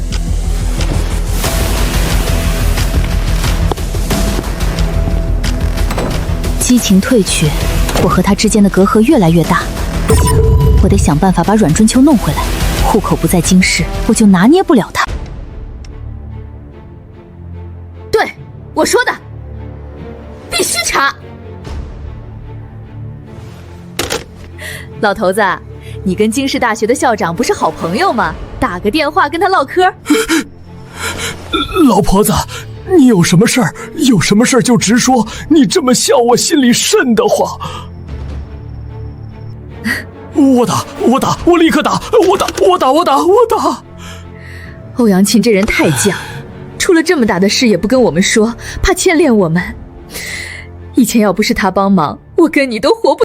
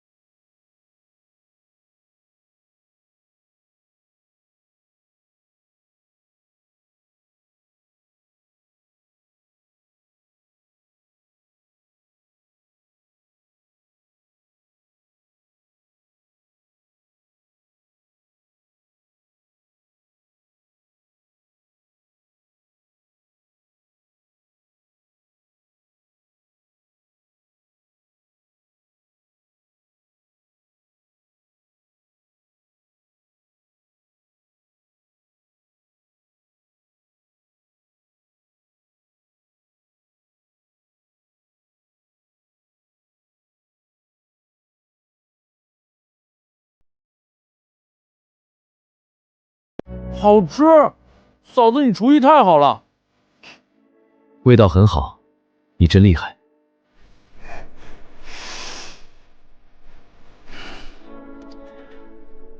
你们以前住一起，都是苏同志炒菜？我负责洗菜洗碗，我不擅长做饭。没事，今晚先这么吃。明天我去买菜回来煮。以前宁姨碗都不让。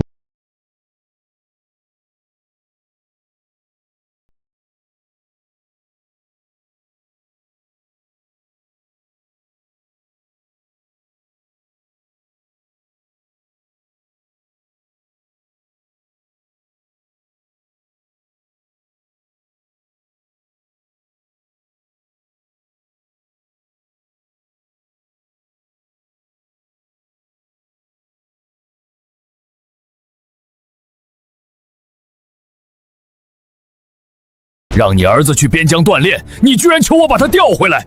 陆麒麟，我们陆家不养孬种，滚！以后都别回来！我没你这种自私自利的儿子。爸，滚！北风他不适合当兵，没有国哪来的家？你享受着陆家带来的荣耀，却不想承担义务，想都别想！爸，你别总拿别人跟我比较，我没你那样的情怀，我就想过自己的小日子。我儿子的未来我说了算。好啊，你那么硬气，以后对外别说是我儿子。调回来是不可能的，北燕要训练他是他的福气，他以后如果想考军校，我不会拦。今晚这么热闹，大哥，大嫂。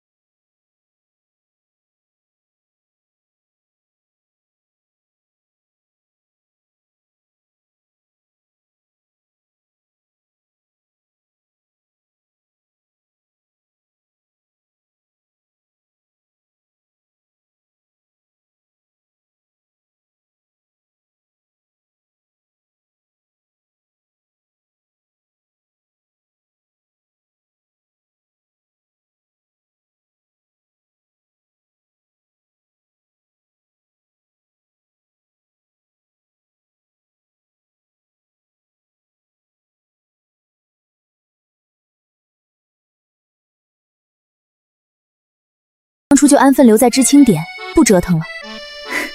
我分装了很多，你吃一些。我想过好日子，小心思多，我没觉得有什么错。罗振军人品不错，以后就算我要回城，他也会尊重我的选择。你们心里看不起我，这我知道。白薇，谢谢。堂姐嫌弃我嫁给村里人，只送来5块钱打发我，反倒是之前被我算计的人，愿意来送我出嫁。村里可能会开农产品加工厂，会对外招工，到时你可以去应聘。想过好日子没错，但不能踩着别人往上爬，那是小人行为，自然不招人喜欢。没错，努力争取不可耻，但得光明对争的去争。谢谢你们。准备了2张书桌，看来罗同志很了解你。罗家人人品不错，即使对你有意见，也舍得花钱布置。他人很好。表嫂，你们一起上进，把日子过好了，我小姨不会为难你。祝你们婚后的生活和和美美的。谢谢表妹。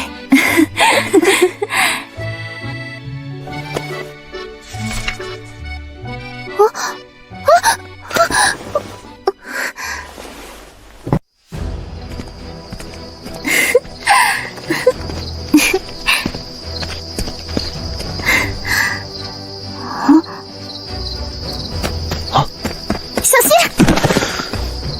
让你多管闲事！白知青本来是要嫁给我的，便宜了罗振军那个软蛋！呸！三娘子，你停手！那天我看到你耍流氓在先。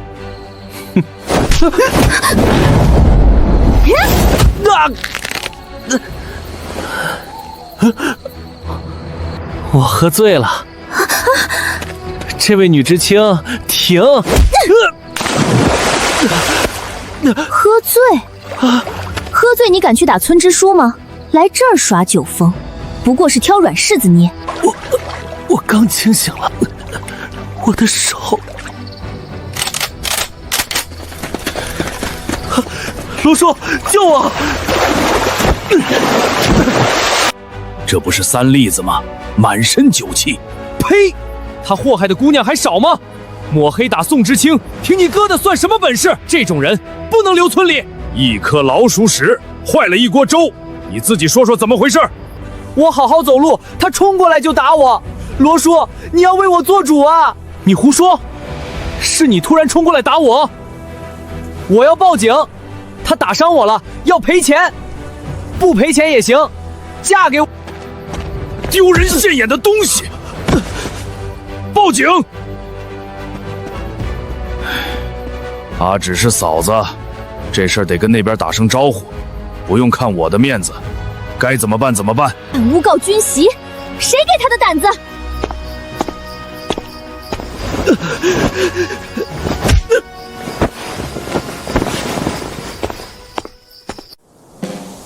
丰收的季节，连空气都是稻香味。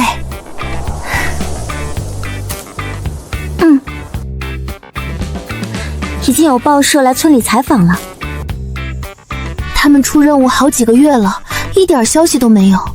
没有消息就是好消息。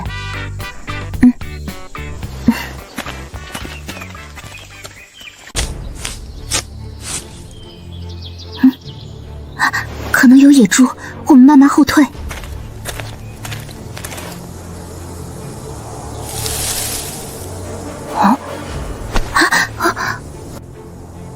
他不是小孩，你没看出他很眼熟吗？像山洞里那个小孩特务侏儒。翻过这片山就到罗河村了，大家快点儿！塔斯，他们认得你的脸，你服药再过去。放火烧棉花地后，立刻离开。有人！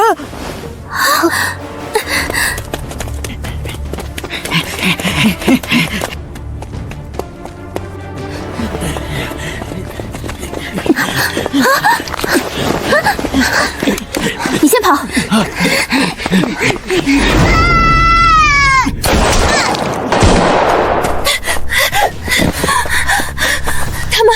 们怎么不追了？他们分头跑了，他们的目标是棉花地，烧棉花地，他们缺棉花。棉花除了做被子，还能做炮弹引线，这是军需品。嫂子，小北，刚才那群像小孩的特务，目标是棉花地。按原计划巡逻，其他人跟我走。什么？快带人把地里堆的棉花都拉走！怎么突然就把棉花装车了？接到通知了？没有，这些是军需品，以防万一。儿媳妇，你去找你婆婆，让她通知小队长都叫来，今天必须收完所有棉花。哎，好。找我婆婆，没时间多说了。白薇，你这么着急去哪儿？小姨夫，山上的特务都是小孩模样，最好派民兵巡逻，他们有枪。好。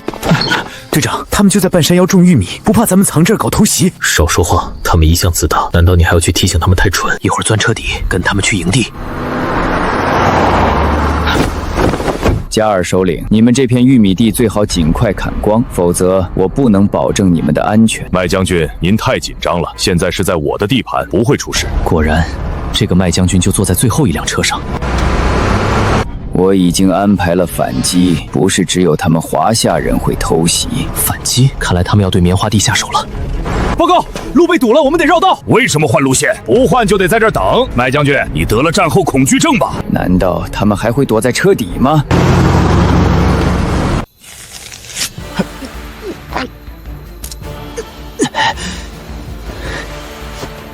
钻进棉花地里放火，这是最好的方式。太冒险了，我们可能会被烧死在里面。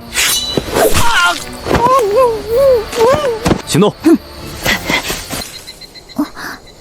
嫂子太冒险了，万一出事，我哥非打死我不可。你哥听谁的？当然是国家和你。那不就行了？他跟过来了，你躲好。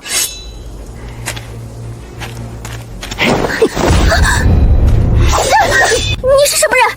哪家的孩子？你打不过我。跟我回歪国，保证让你吃香喝辣的。我是加尔首领的儿子。你真能带我去过好日子？当然，等我把小学那个姓苏的老师杀了，就带你走。不可能！你怎么知道我的腿是假肢？你不能杀我，不然会遭到加尔首领的疯狂报复。嫂子，跟我堂哥学的，废物利用。陆北风，你吃了雄心豹子胆了，敢在我眼皮子底下私自行动！团长，我错了。团长，我错了。队长，团长只说要做战书和军货，咱们把麦将军的营地炸了，会不会被处分？统一口径是我一个人干的。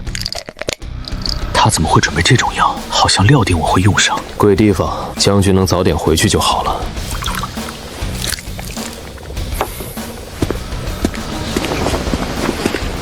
麦将军，我的条件你考虑的怎么样？呵呵，怎么，麦将军以为我们会在水里下药？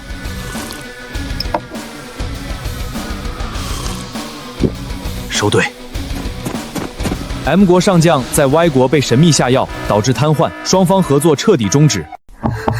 苏芷同志吗？您的快件。哦，好。买断，想得美。你好，我是雅苑漫画社系主编。你好，我是清河。你们第3次加印的连环画上架了。是的，你对合同有异议，我们给的买断价是业界最高的。买断是不可能的，如果只能这样合作，那合同到期就终止吧。急什么？晾他几天，他会回来求我们的。苏小白，你是不是看不上我们末世的医学空间？专为外科医生准备的健身房，你都看都不看一眼。那些药不适合拿出来，现在谁敢找我做手术？哼，你就是看不上，不是我打击你。以你现在的身体，要是怀个5胞胎，你当我是猪吗？总之你要锻炼身体，不然体力跟不上。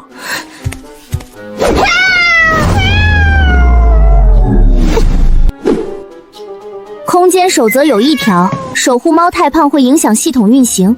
跑吧你！女人，你惹毛我了！忙完了，正好吃饭。你什么时候回来的？怎么没叫我？刚回来，看你在忙，就下来做饭了。我一会儿还得回营地接受处罚，回来是跟你报个平安。你给的药我用了，没让别人知道。过2天我就回来，到时我们一起去看外公外婆。好，顺便去小姨夫家，表哥办酒席你没去，小姨夫一直念叨你。阿芷，还是你这儿清静，你陪战奶奶下棋，我不是她的对手。昨天的事儿，我听我家老头子说了，你们好样的，就该打怕他们。要我说，就该发一枚导弹过去。现在不适合，憋屈也得憋着。你们跟家属院其他人不怎么来往，不怕被排挤、传谣言？融不进的团体不硬融，反正又不指望他们过日子。青秋丫头有空就来找我唠嗑，蹭饭也欢迎。偏心，我也要去蹭饭。好，好，都来，我退休金多。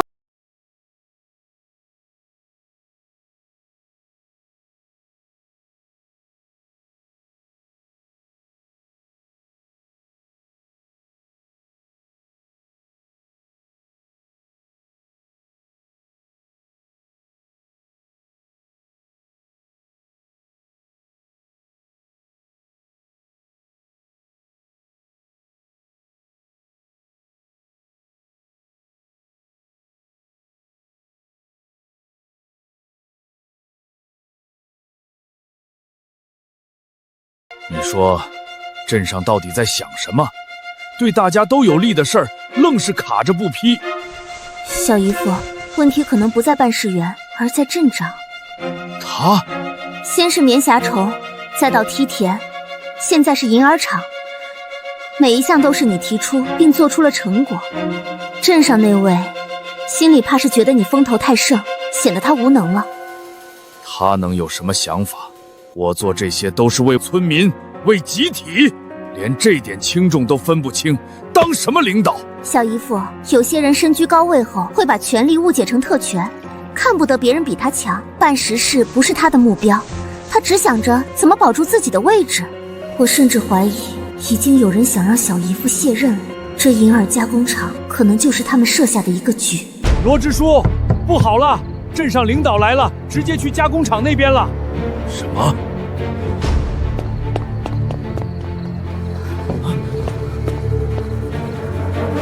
罗大壮呢？怎么还没到？啊！王镇长，您这次来是送批复文件吗？王镇长，您来了正好，我这有份文件等着您签字盖章呢。哼，罗村支书能耐大着呢，还需要我签字？我倒要问问这个加工厂是怎么回事，我可不记得批过。王镇长，我找过您很多次，您的秘书不是说您午睡，就是说您下村了。镇长，找到加工好的银耳罐，证据确凿。你还有什么话说？罗同志，你这是私下开厂，是资本主义行为。我要举报，罗支书包养亲戚。小学那个苏老师给的方法，他们都在搞资本主义，占集体便宜。王招娣，你别趁机报复。闭嘴！是不是事实？带回去审问就知道了。来人，把他带走。我犯什么法了？还想铐我？你宣传资本主义思想，就是大罪。王镇长好大的威风，这是要越过我这个局长直接抓人吗？市长？罗大壮认识市长？老罗，好久不见了。王镇长，怎么回事？到村里耍威风来了？县长，罗河村的问题我跟您反馈过的，罗大壮没获得审批，鼓动村民搞资本主义经营。他在这儿，培育银耳的方法就是他提供的。我们去村办公室聊聊，这位同志方便一起吗？当然方便。事情就是这样，他犯了严重的思想错误。为集体谋福利跟资本主义有什么关系？最新的政策你不知道，还是明知故犯？还有你这2个秘书，是只为你一个人服务的吧？不拿群众一针一线，口号你喊得响亮，行动是一点没沾边儿。你的问题回去写报告交上来，带着你的人离开。老邓，这就是我跟你提的外甥女苏白芷。阿芷，这是邓市长。苏同志，咱们就当朋友聊天。你怎么看这次的事儿？或者说，你觉得村里办加工厂是资本主义行为吗？这不是给阿芷挖坑吗？什么主意都好，只要能引导国家向好的方向走，为何不可取其精华？现在大家都是摸着石头过河，在探索中求发展，没必要急着下定义，主方向齐就行。留其精华，去其糟粕，说得好。好一个取其精华，去其糟粕。其实这些都是后世实践出来的真理，华夏的国运挡也挡不住。老邓，今天晚了，我们明天再说吧。好，苏同志，改天我们再好好探讨这个问题。没事吧？你小姨夫有没有护着你？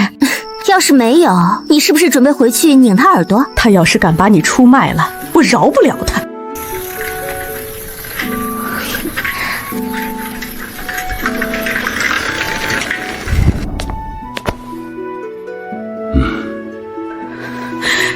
今天的事儿怎么还牵扯到阿芝了？你不会什么都跟那个老战友说了吧？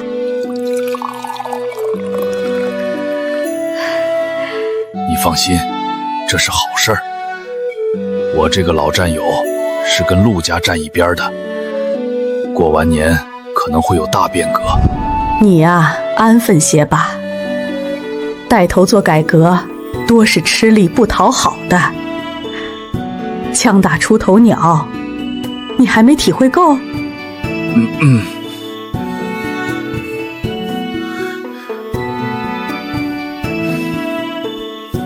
我也不是阻止你，就是心疼你。唉，随你吧。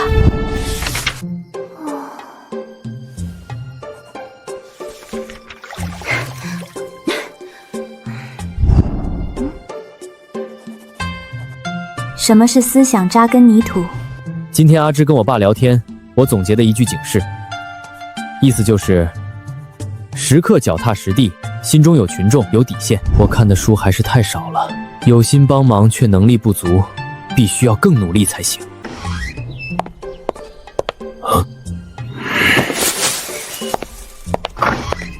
苏老师，你来了正好，第3节体育课你帮忙顶一下。好的。有家长投诉学校要开除罗老师。哦，听说他离婚了。今天我们玩个新游戏，接力跳长绳，大家两两辅对。接力跳长绳？对，2个人摇绳，其他人依次跳过去。嘿。苏老师，下次我们的体育老师换成你了吗？苏老师，我们下次跳皮筋吧。下次啊，不一定是我哦。不过如果是我的话，我就带你们一起跳皮筋好吗？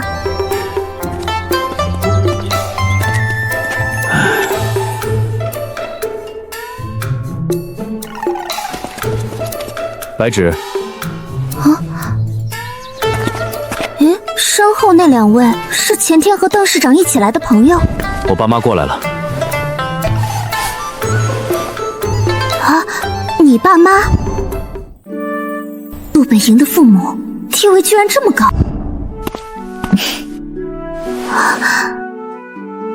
阿芷，我能这么叫你吗？可以。听北燕说你想当医生，我准备了一些国外的医学杂志和书籍作为见面礼。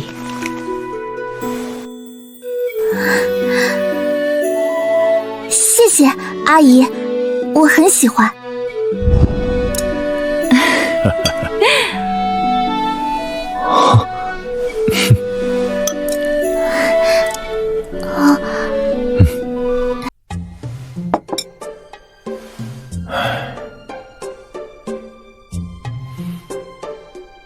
北燕，这次我和你妈过来，其实是有件事要跟你说清楚。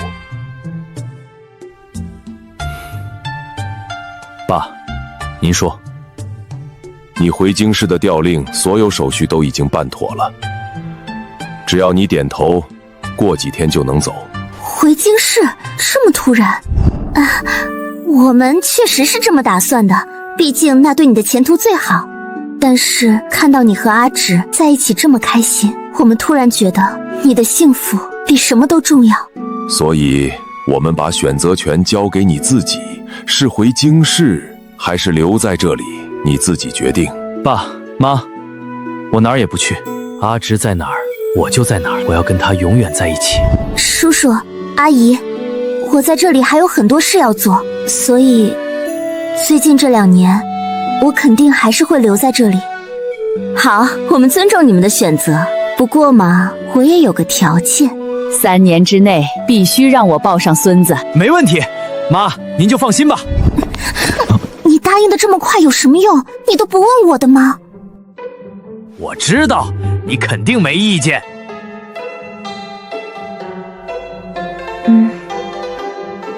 太好了！陆北燕，你干什么？快放我下来！